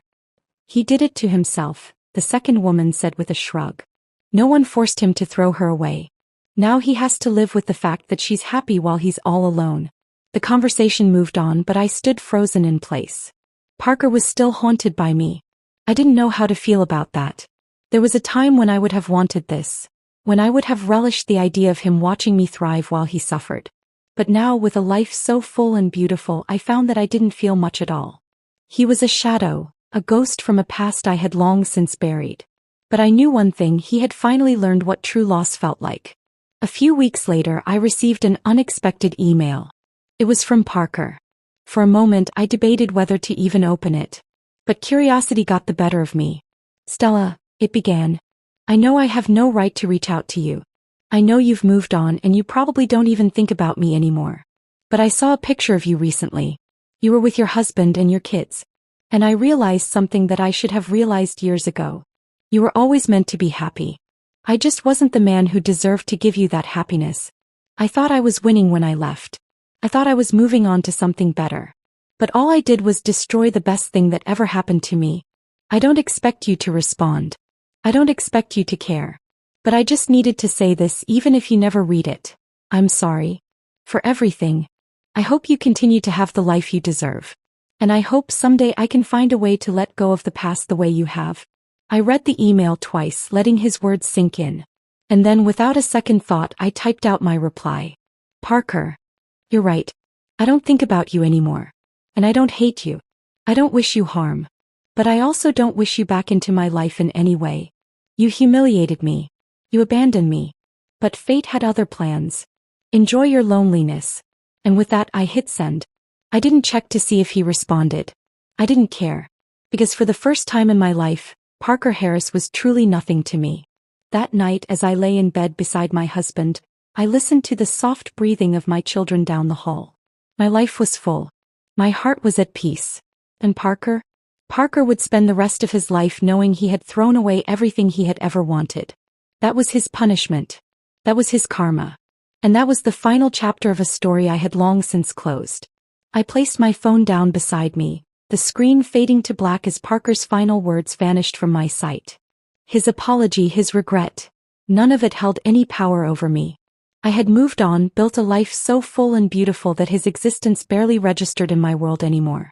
Yet, in that quiet moment as I lay in bed beside my husband, listening to the soft hum of life around me, I found myself reflecting on everything that had led me here. There was a time when Parker's betrayal had consumed me, when his words had sliced through my confidence like a blade, leaving me bleeding with self-doubt. He had humiliated me, discarded me, convinced me that I was the problem. But in the end, he had only deceived himself. Because life had proven otherwise. I had won. Not by seeking revenge. Not by stooping to his level. But by thriving despite everything he had done to me. The next morning, as the sun filtered through the bedroom window, I stretched my arms and glanced over at Daniel. He was already awake, his eyes studying me with that familiar warmth that never faded, even after years of being together. You're thinking about something, he murmured, reaching out to brush a strand of hair from my face. I smiled, intertwining my fingers with his. Just reflecting. His brow lifted slightly. Good thoughts, I hope? The best ones. I sat up, wrapping my arms around my knees as I watched the golden light spill across the room. You know, I said softly, if you had told me years ago that I would be this happy, I wouldn't have believed you. Daniel shifted, propping himself up on one elbow. Because of him? I nodded, not needing to say Parker's name. He had long since become a forgotten ghost, a whisper of the past that held no weight in my present. He made me believe I wasn't enough, I admitted. And for a long time I let myself believe that too. Daniel exhaled slowly, his fingers tracing gentle patterns along my wrist. You were never the problem, Stella. He was. I turned to him, my heart full of gratitude. I know that now. And I know I would have never found you if I hadn't gone through all of that first.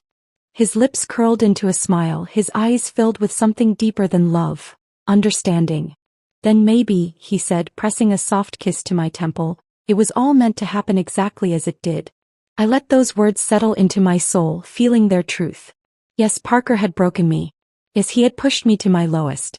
But in doing so he had unknowingly led me to something far greater. He had set me free. Later that afternoon, as I sat on the porch watching my children play in the garden, I let my mind drift to a time when I had once envisioned this life with Parker. A future where we would have been a family, where love would have kept us together. But the woman I was back then hadn't understood what real love was. Real love wasn't about endurance. It wasn't about proving yourself worthy to someone who constantly made you feel less than. It was effortless. It was safe. It was a partnership, not a battle.